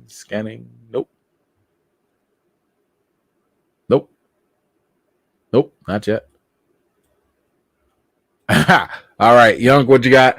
The president was cowering behind Cap when the Prime Sentinel showed up. Of course he was. Like, what up? That's some scary stuff. Listen. I'd be hiding behind Cap too. What? You are president of the United States. You think you're in a safe bunker, and some Prime Sentinels just blow through the roof, and they found you? Excuse me, Mr. Captain, Mr. Iron Man. I need y'all standing right here in front of me, right here. Just Cap, put that shield up just a little bit higher. Iron Man, if you can get those blasters going right now, I'll be over here in the corner crying. What? Of course he did. Oh, okay. I got you. Anthony, I see you. I'll get to that. Thank you for that clarification.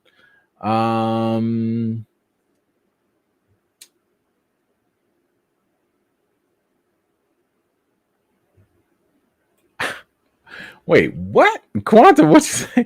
The Shi'ar diss track was fire. Mr. Sinister called Phoenix a peacock, and Rogue said Bastion was wearing a duck fit. Simeon Cass from the Milky Way, ghetto for life. Yes.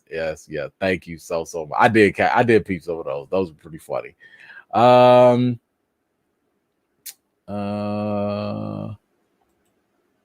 Nelson, Marvel did the name change after firing Bo DeMayo? Maybe. I mean, we don't know, but it's possible. Yeah, I mean, it would make sense because he didn't oversee that change, so totally makes sense.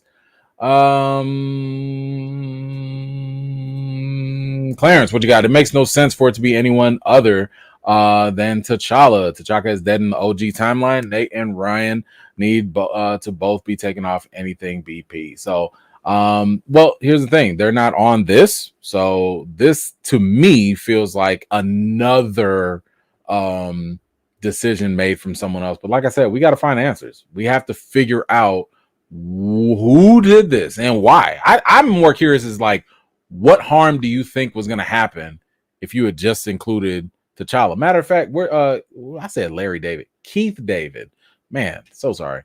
Shout out to Keith David. Can we get Keith David to come back and just play T'Challa like in the animated version? Like, my man's still here. Let him come back. Let's see. Andre, what you got? Recast T'Challa's been going wild on Twitter today. People are finally realizing T'Challa is the Black Panther and should be on screen.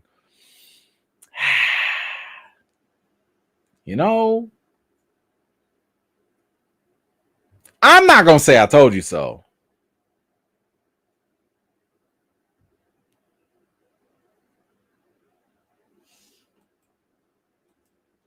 I won't say it. I want to say it, but I won't say it. I don't want to. Let's see.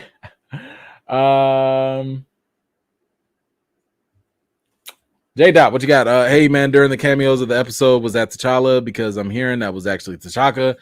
If that's true, does that not confirm that Disney is trying to erase the character from the rest of the mediums? So we already confirmed that was actually T'Chaka. I don't know if this confirms that they're trying to erase T'Challa. Mainly because, like I said, we did get T'Challa in What If. However, I do think that if this continues and it's not just a one-off, then that could be a very good indication of what you just said. Because like I said, I don't see a good answer as to why they would create this plot hole of making it T'Chaka when it never was T'Chaka, and T'Chaka died in the other Fantastic Four series, which is connected. Again, just rewind because I already went through all of that. But yeah, I like I said, it definitely looks suspect. It looks very sus right now because it's kind of like, what are you doing? Why are you doing this? What is your problem? Are you really trying to push this? It's just a mantle thing, because if you do, it's not going to work. Nobody cares about mantles like that. We care about the characters that define the mantles. But thank you so much, J. Dot. I appreciate you. Oh man, Wise, thank you so much. First time catching a live. Yo, welcome. Thank you so much for that. Truly love your breakdown of episode 10. Appreciate you. Welcome to the rest of the EFAM. Hope to see you on Fridays and the other times when we are here chopping it up. But thank you so much for that. Matter of fact, let me get back to the breakdown. I'll be forgetting. I got a job to do. All right, so Gene and Scott, they actually say goodbye to Nathan at this point. And now, we go back to the ship. And as everyone is looking on and seeing that basically the world is about to come to an end, the Xmen are still here fighting. They're trying their hardest to get the asteroid to just not destroy the world. You see them all trying to do their best to, push it back, to hold it back, to do just anything possible. And then we also finally get this nice little cameo with Spider-Man and MJ. Now I can answer this. I could talk about this. Who had it? I think it was Anthony. There you go. Anthony. Just finished watching the episode. I was losing it, seeing all the 90s superheroes, but after 20 years, they finally answered the question. Peter found MJ. Why are people cutting onions? And to my confusion earlier, the 90s Spider-Man ended with him going through a portal with Madam Web to look for MJ. That's what I was talking about. And he didn't speak in his cameo. So I had not rewatched the 90s Spider-Man yet. So I missed that. So thank you so much for refreshing all of our memories on that. But yes, it is definitely nice to know that he actually did find MJ. I was just happy to see them together. I just thought that was cool. But there we go. Let's see, Wraith, what you got? Maybe if people complain enough, Marvel will go back and redub that scene and have them refer to that Black Panther as T'Challa. I doubt it. But anything's possible. I mean, if people are willing to complain, sure. But I would much rather them just bring T'Challa in. I don't need them to go back, rewrite this, redo it. Just bring them in. Just put them in. Like, it's easier to just do it than to go back and rewind and all that. So I would hope they would just get that together. Anyway, shout out to the cameo there. We see Wolverine is clearly still alive, and he's calling out for Jean at this moment. And Morph says that, like, yo, Jean can't say it, but I can. And he actually turns into Jean and says, I love you, Logan. Stay with me. Now, listen, whether this was Morph's feelings for Logan, or if it's Morph saying what Logan needs to hear to help his friend, I don't know. I'll let y'all decide. Because honestly, Morph is a little too hard to figure out for me. Morph is not really, he's gender, they is gender fluid. I know, like, that's why they made their face all blank or whatever. I don't know the rules for shapeshifters like Morph. So I don't know these rules. I don't know. I'm not trying to know, but to each their own. So y'all can figure that out and let me know what you think. Moving on, we do have Beast out here. He's trying to, get the ship together to get the Blackbird so they can get out of there. you still have I love the fact that you got Nightcrawler still praying, and Professor X and Magneto, they're still struggling in his mind. Magneto does start to remember who Charles is and how they had a shared dream together. He remembers and says, Magneto lives. He finally gets it. And as he recalls who he is and what's going on, he breaks free. He wakes up and he reverses everything. He actually pulls the asteroid back away from Earth and pulls it back into space. And look at this. All these humans that literally were trying to kill this man. Magneto saved the same world that was continuously trying to condemn him and kill him. The irony is ridiculous. Every time the world attacks Magneto and he defends himself, he ends up saving them anyway. And they, by the way, the world better thank the Xmen for all this, because if it was not for the Xmen, the world would have been dead. All of it. The whole world would have been dead. Let's be clear about that.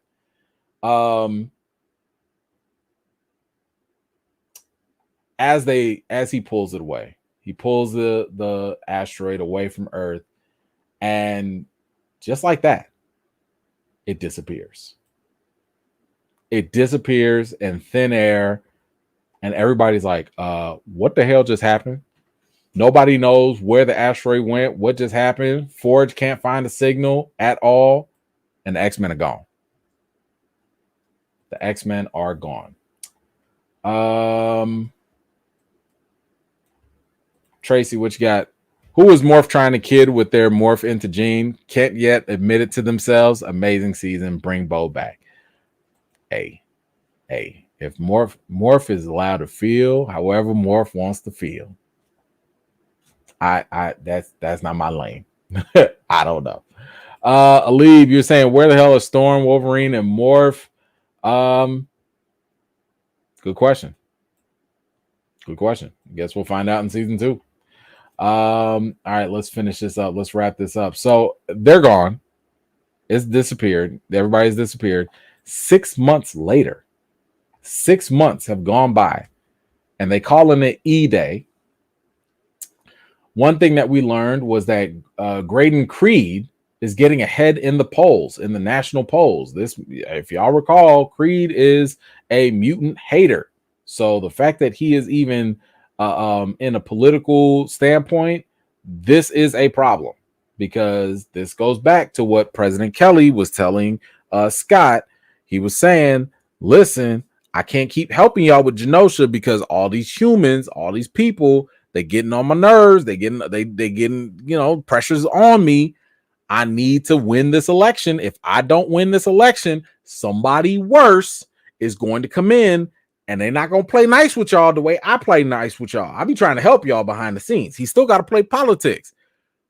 Creed is that person that the mutants don't want.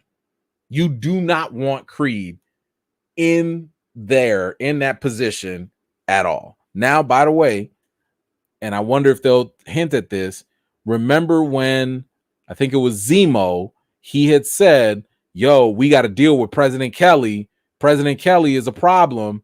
Remember that Bastion said, don't worry about it. It's handled. Bastion also controls a whole lot of Prime Sentinel humans.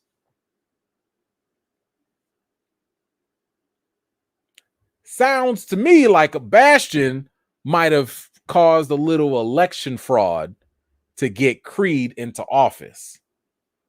Theory, throwing it out there. We'll see what happens. If it does, y'all know where it came from, right here. Okay.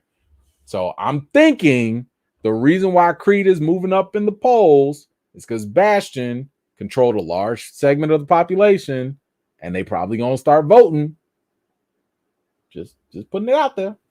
Anyway, we do go back, and now Forge is constantly working at this point to try and figure out where the X-Men are. We see a lot of them in the background here. Some of them are missing. Some of them are AWOL. Some of them are presumed dead. Storm is presumed dead. Let's see. Do we get any others? Did they show Wolverine? I think Wolverine is also presumed dead. And then, of course, Bishop shows up. And Bishop was like, yo, what's up, man? Listen, you don't know me, but we going to be cool. We're going to do a little time travel or whatever. But the most important thing he says is like, look, something or someone yanked our friends through time and they need to be rescued. Now, this right here absolutely is where we have to ask ourselves who or what took the X-Men and displaced them in time. Now, I think the most obvious answer would be Kang the Conqueror. But not just your typical Kang the Conqueror. I think it would have to be a version of Kang the Conqueror. Now, in the OG series, we did see Immortus. We saw Immortus. Now, Immortus is a kind of tricky character.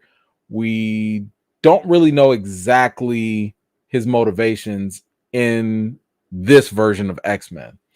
But I would not be surprised if Kang the Conqueror, and this is just my little theory, because we see where the X-Men go. Actually, I'll share that later. I'll share that later. So I think it's Kang that's behind it, or at least a version of Kang. And Bishop is like, yo, we got to go find them. We got to go save them. I do think that this is very interesting that they say that Scarlet Witch and Quicksilver are off-world. That leads to some questions of like, off-world where? Are you guys with another alien race? Are you like in space somewhere? Where did Scarlet Witch and Quicksilver go that they are now off-world? So it's very, very possible that we might see a new crew of X-Men develop in this time frame, right? In this time frame, we might see where that happens. Now we go back in the past and we see Rogue. She is, let me take this off for y'all. We see Rogue is in Egypt, 3000 BC. Nightcrawler's here as well. We see Scott is all the way in the future, 3960 AD, with him and Jean. We see somebody fighting against some Egyptian-looking people, and Magneto comes in, throws them away. And by the way, he gave Rogue a certain little look. I don't know if y'all ever did this, but like he basically gave Rogue that look. Whenever you see your ex, when you run up on your ex somewhere after y'all had a very awkward, strange breakup. Yeah, that was kind of the look that he gave her right there. And now we finally have Scott and Jean. They meet Mother Ascani. And the Ascani in the comics, they were a group who were fighting against Apocalypse in the future. And I want you to notice on the, let's see, do I have a picture of it? Ooh, I don't think I have a picture of it. But if you go back to the episode, if you look closely at some of the faces of the followers, they have some of the technovirus that Cable was originally infected with as a child. Remember when Sinister kidnapped him and dipped him and was trying to get him into that technovirus? That virus basically continued, and some of the followers were infected by it. But speaking of Cable, we see a young Cable here with his red hair and everything. By the way, we see a young Cable or a young Nathan Summers, and he's like, hey, I sense that they're okay, because he has telepathic powers and he can pretty much get a vibe, that these two people who are his parents are actually fine. So we actually have found out where Cable ends up when Bishop sent him into the future, and that was all the way in 30 whatever AD. Now, of course, many of you are already knowing, or probably already said in the comments, but Mother Ascani is, at least in the comics, she is actually Rachel Summers. Rachel Summers is the child of Scott and Jean Summers, but this was in a different timeline. they were what was it? I think it was in she was their kid in the Days of the Future Past timeline, which now exists as a separate timeline. It gets messy. So just know that she's from the future. That's all you need to know. So this is going to be one of those awkward situations. The same way it was awkward when Cable showed up. They sent Cable into the future, and now he was raised by his sister or stepsister from another timeline. That's all. We just gonna go with there because I it gets so messy. Not gonna go there. But Professor X is trying to read the mind of this other strange person. We don't know who he is, what he is, and then Magneto's like, "Yo, what's your name? You know, where you from? What's your city? What's your, what's your block? What block you from? What hood you from?" And he was like, "Look, I'm Ansaba Nur, and basically this is Apocalypse. This is a young Apocalypse, and everybody's like, who? What? Who? Okay. And if we're just being honest, nobody knows who he is, even though I'm like, y'all don't recognize the blue lipstick. I know y'all see this blue lipstick, like y'all don't see that blue Maybelline at all. Yeah, the chin don't give it away, nothing. So off in the distance, we see like this huge city, this huge dome. And if you guys recall, this should remind you of what we saw in Ant-Man and the Wasp: Quantumania, or in the Ant-Man movie, where we basically saw Kang the Conqueror, how he had a similar dome. And this is exactly what you're seeing here in 3000 BC. This is Rama Tut. Remember, Kang has different versions of himself. And this was a time when he went back into the past, into Egypt, brought some of his technology, and he basically conquered Egypt at this time. And I mean, we're not going to get into the comics lore about this. Like, Kang was going against Apocalypse at the time, and because we don't know if they're going to change it. They might do something different with this. And by the way, I really loved how Beast was kind of like, "Oh dear," because what he wanted to cuss. Beast wanted to cuss. He didn't want to just say, "Oh dear." But yeah, they are popped. And by the way, I hope some of y'all actually looked, but there was actually a bonus credit scene at the end. I don't know if y'all saw it or not, but if you kept on watching, we got a bonus credit scene where we went back to Genosha, and as we go back to Genosha, we go back to right there, the ground zero, and you see a dark figure right there at the bottom. They pick up a card, a burnt up card, and that's the same card from Gambit. And somebody somebody with the same blue Maybelline lipstick mentions death.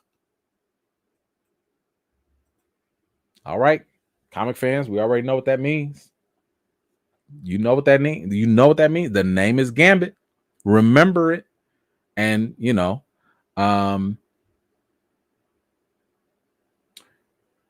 we had the foreshadowing in episode, what was it, 6? I want to say, when Professor X saw Gambit look like death.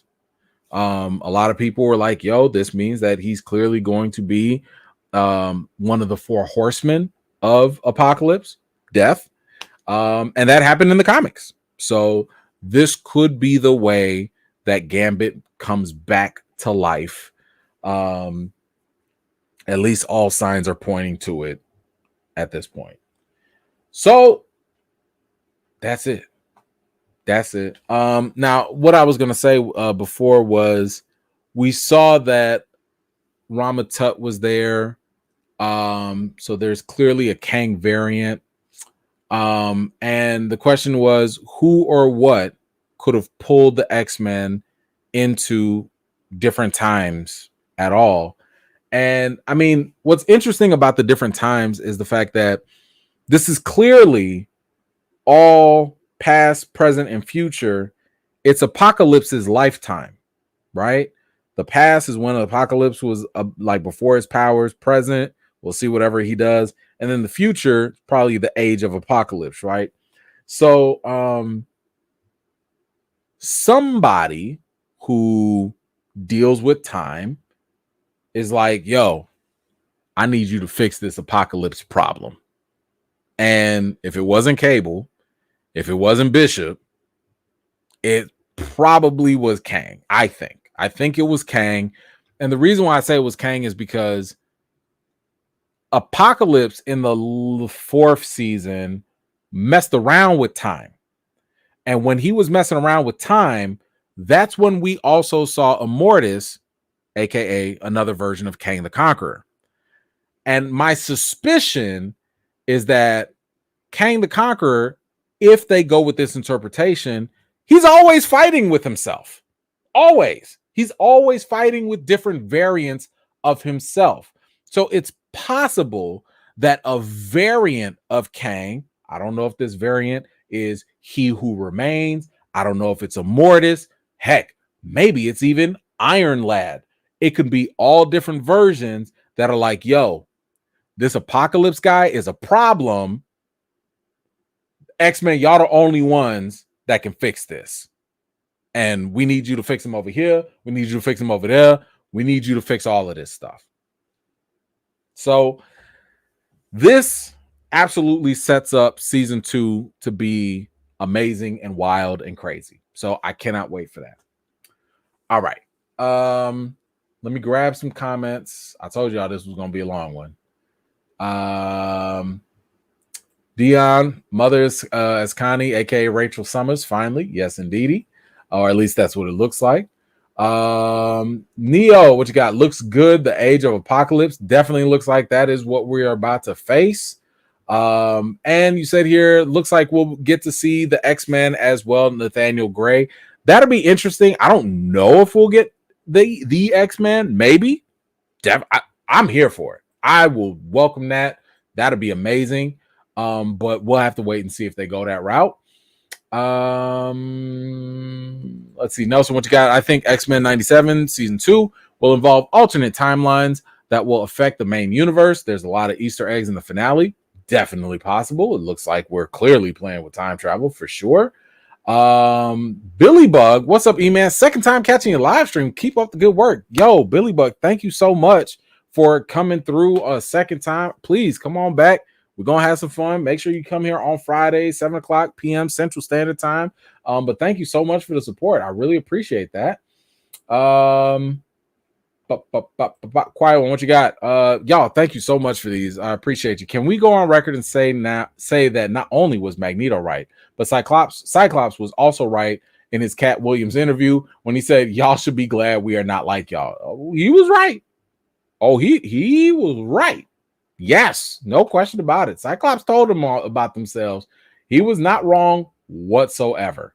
Let's see, Nelson, are we getting the X Factor and Kang is coming? I think so. I mean, when you have Forge, X Factor is always a factor, no pun intended. But in one of the images, we did see Havoc. If you look at his shoulder, left shoulder, Havoc, Cyclops' brother, who was also an X Factor, is still alive. So it is very possible that we will find a mutant resistance group, and Havoc could be part of that with X Factor. So I do think that that's a possibility. Quiet one, what you got? E-Man, do you think they will reveal MCU's new Kang in this series, season 2, like they did the MCU reveal of Doom in season 1? Well, technically, they already revealed a Kang in the OG series. So if you mean a different variant of Kang, yes, I do think we will get a different variant. I think we'll probably get the more traditional Kang the Conqueror version somewhere in the middle, because if you already gave us a Mortis in the OG series for like 2 seconds, and if you already gave us, you're hinting at Rama Tut, it only makes sense that Kang the Conqueror is going to be a factor.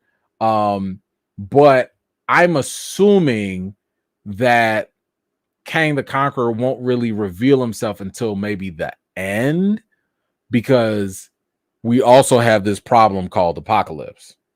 You know what I'm saying? So like, I believe that the second season they're going to fight Apocalypse. They're going to deal with Apocalypse across the ages, and then Kang will pop up and be like, "Yo, thank you for doing my dirty work.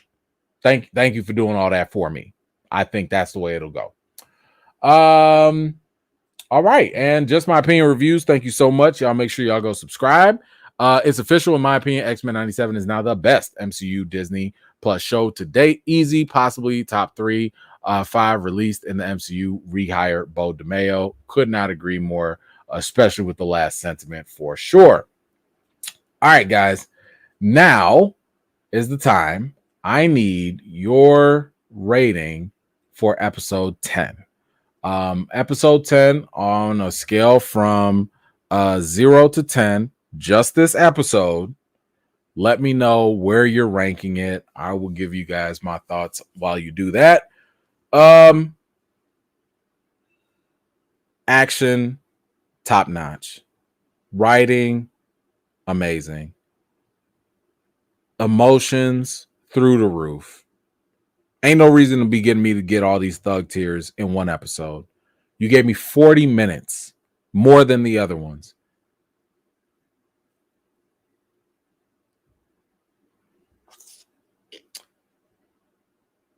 I don't know if the themes were strong this episode, but I don't really care. Performances, fantastic. I'm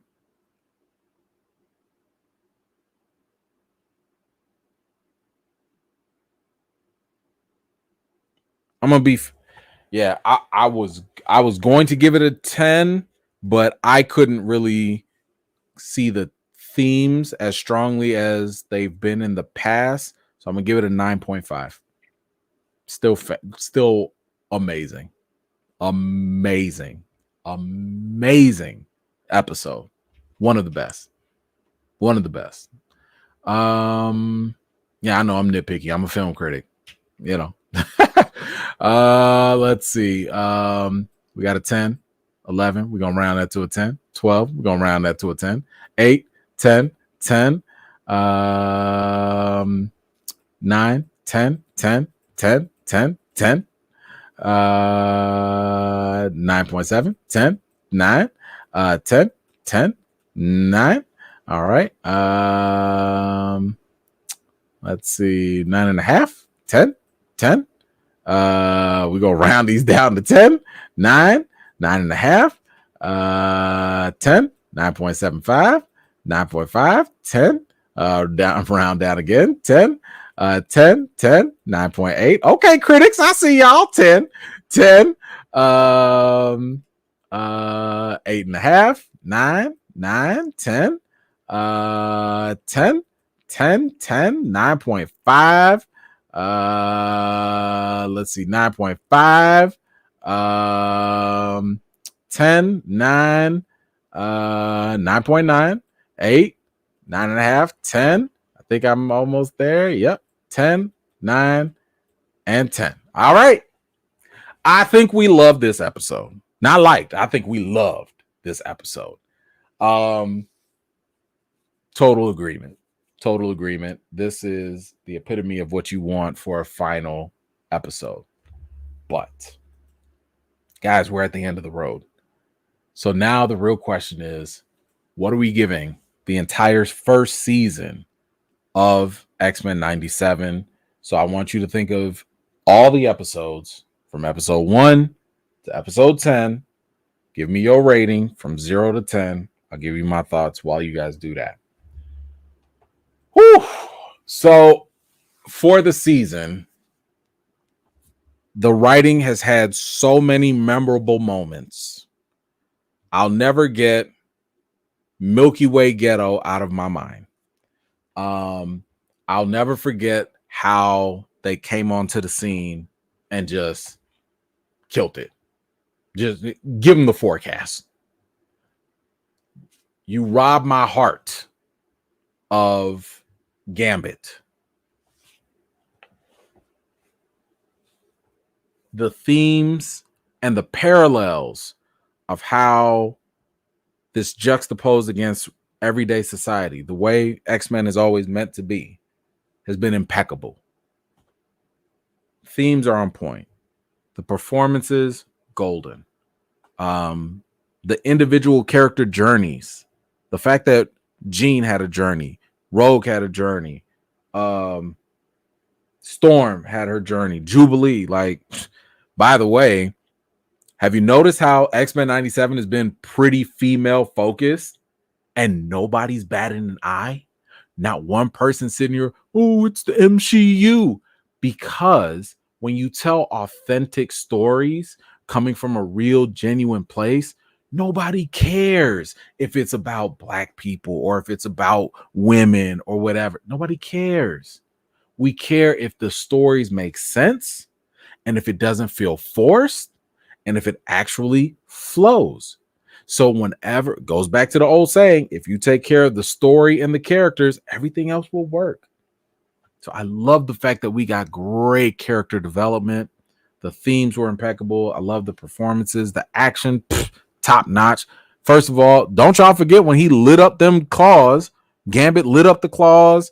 The Wolverine tornado. My man was stabbing folks.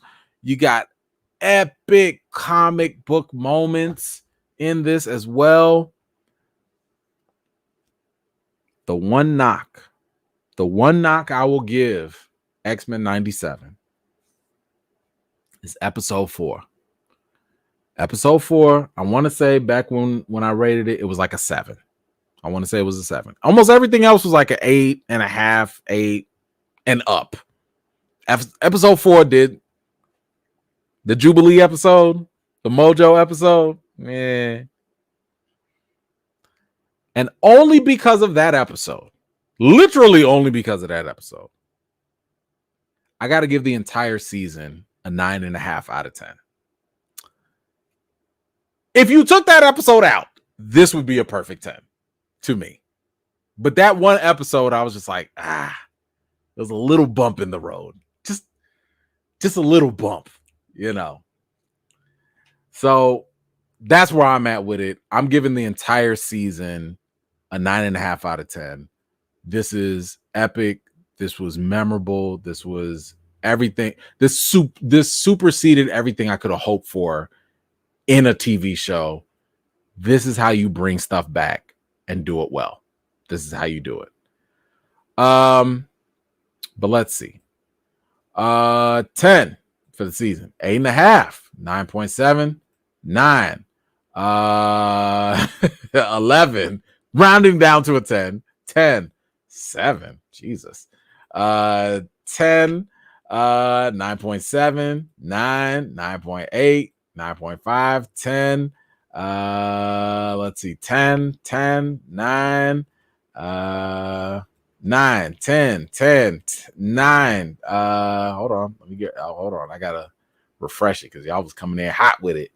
Dang, y'all was doing a whole bunch. Hold on. Let me go back. This thing done refreshed on me. All right, 10, 8.5, 10, 9.5, 8.2, 9.7, 10, 9.5, 9 for the series, 10, 10. 9, 9.9. We're gonna round that up to 10. 9, 9.9, 9.99, 9.5, 10, 9.5, 10 for everything. 10, 10, 10, 10. Let's see who else. 9.5, 9, 10, 8, 10. You can't vote twice. 9. I think I'm caught up with all of that. Okay. All right. Guys, once again, I think the average is still 9.5. All the 10s. I think the average is 9.5. But man, oh man. What a fantastic series. What a fantastic season. This entire thing is exactly what made me a fan of comics. I had the toys. I watched the cartoon like every weekday, every Saturday. I watched reruns. I don't care. I was in it. This made me feel like a kid again. in a good way. I was excited. Like this was great. I appreciate it. I really, really do. I really appreciate it. Now again, it's not perfect, but it's pretty close. And I think if we have to rank it amongst other MCU stuff, this might be the best thing that they've made, at least on the Disney Plus side. So my new ranking, at least for now, I'm probably going to go Xmen 97, Loki, only because of season 2. That kind of bumped it up a notch. WandaVision, and then What If. And then everything else falls in somewhere. I don't know. But that's going to be my top 4 right now for how everything ranks. Yeah. I don't think I'm missing anything. I might be, but Xmen 97 is definitely just went straight up the list. It's at the very top. Feel free to let me know your ranking of MCU shows right now. But I'll say this too before we go. What Xmen 97 just did was it created an incredibly huge amount of pressure for the live action X-Men movie that is to come. And the closest example I can give to you about this is what we saw in What If when it came to Doctor Strange. When you compare when you compare the episode in Doctor Strange and What If compared to Doctor Strange 2 Multiverse of Madness, it was night and day. And I still stand on the fact that, I still stand on my opinion that the What If episode was better than the movie. The What If episode dug deeper into the character. Again, I'm not talking about the animation and the visuals. We know that animation is different than live action. We get that. But the live action movie, it felt very watered down. And it did. Y'all had all them cameos in the movie, and you barely needed any cameos like that in the animation. So I feel as though right now, what X-Men 97 did, they put all of the MCU on notice. Because let's be honest now, when the new X-Men movie comes out, tell me that you're not going to sit here and immediately compare it to X-Men 97. Whatever they do, whatever Wolverine they have, whatever Cyclops, whatever, drama that they have, whatever villains tell me you're not going to mentally compare it automatically to what X-Men 97 did. I know I will. I'm going to be like, yo, do you get the references? Yo, are you going to say any witty lines? Are you going to give me the same energy that 97 did? And the thing that sucks is that if this X-Men Live reboot doesn't do that, that's a problem. And it's a problem that the MCU created for itself. Kevin Feige already told the people that were in charge of Doctor Strange 2, he was like, yo, y'all saw what they did in What If with Doctor Strange? Look at this. Make sure y'all keep this same energy. And they didn't do it. I'm sorry, Sam Raimi, not so much. Michael Waldron, the writer, not so much. It didn't live up to it. It couldn't even beat a whole movie, couldn't beat a 20-minute cartoon. So the pressure is on the MCU and it's on itself. You want to know another comparison? How many times have we said this about DC? I feel like we going in that direction. Y'all remember what it was like? How come the DC animated movies always looking so much better than the live action movies? And it wasn't just because of animation. The stories were just better. I'm a little concerned. Because now Marvel, y'all have to deliver a 9.0 and higher with this X-Men. Y'all can't miss. Because if people are sitting here saying that your animated stuff is better than your live action, that's a problem. That's a problem. So I'm just keeping it real with y'all now.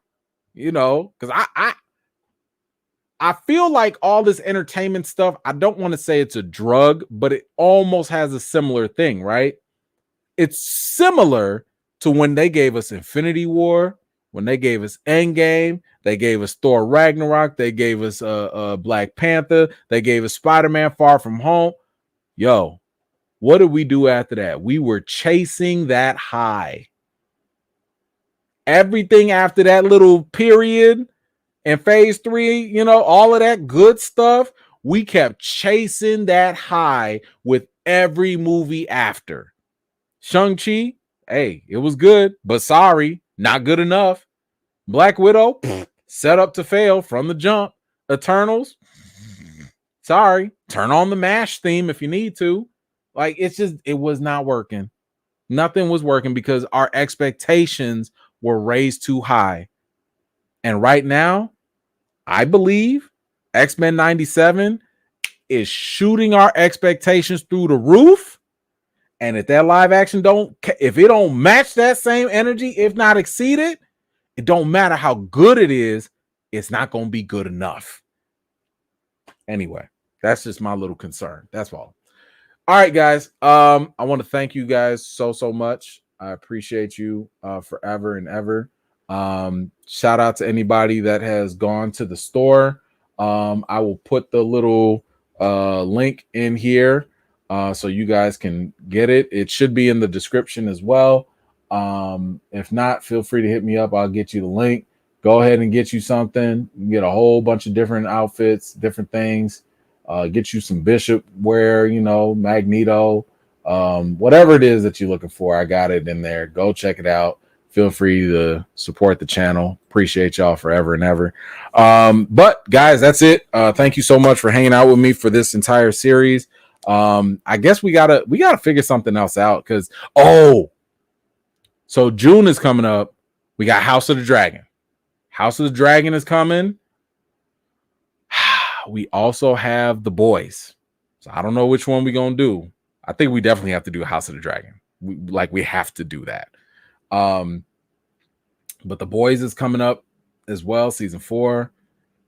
Man, we got a lot. We got a lot to talk about. So I don't know. You guys let me know which show we should go in. I don't know if we could do both. It's going to depend on what time they come out. I need to give y'all time.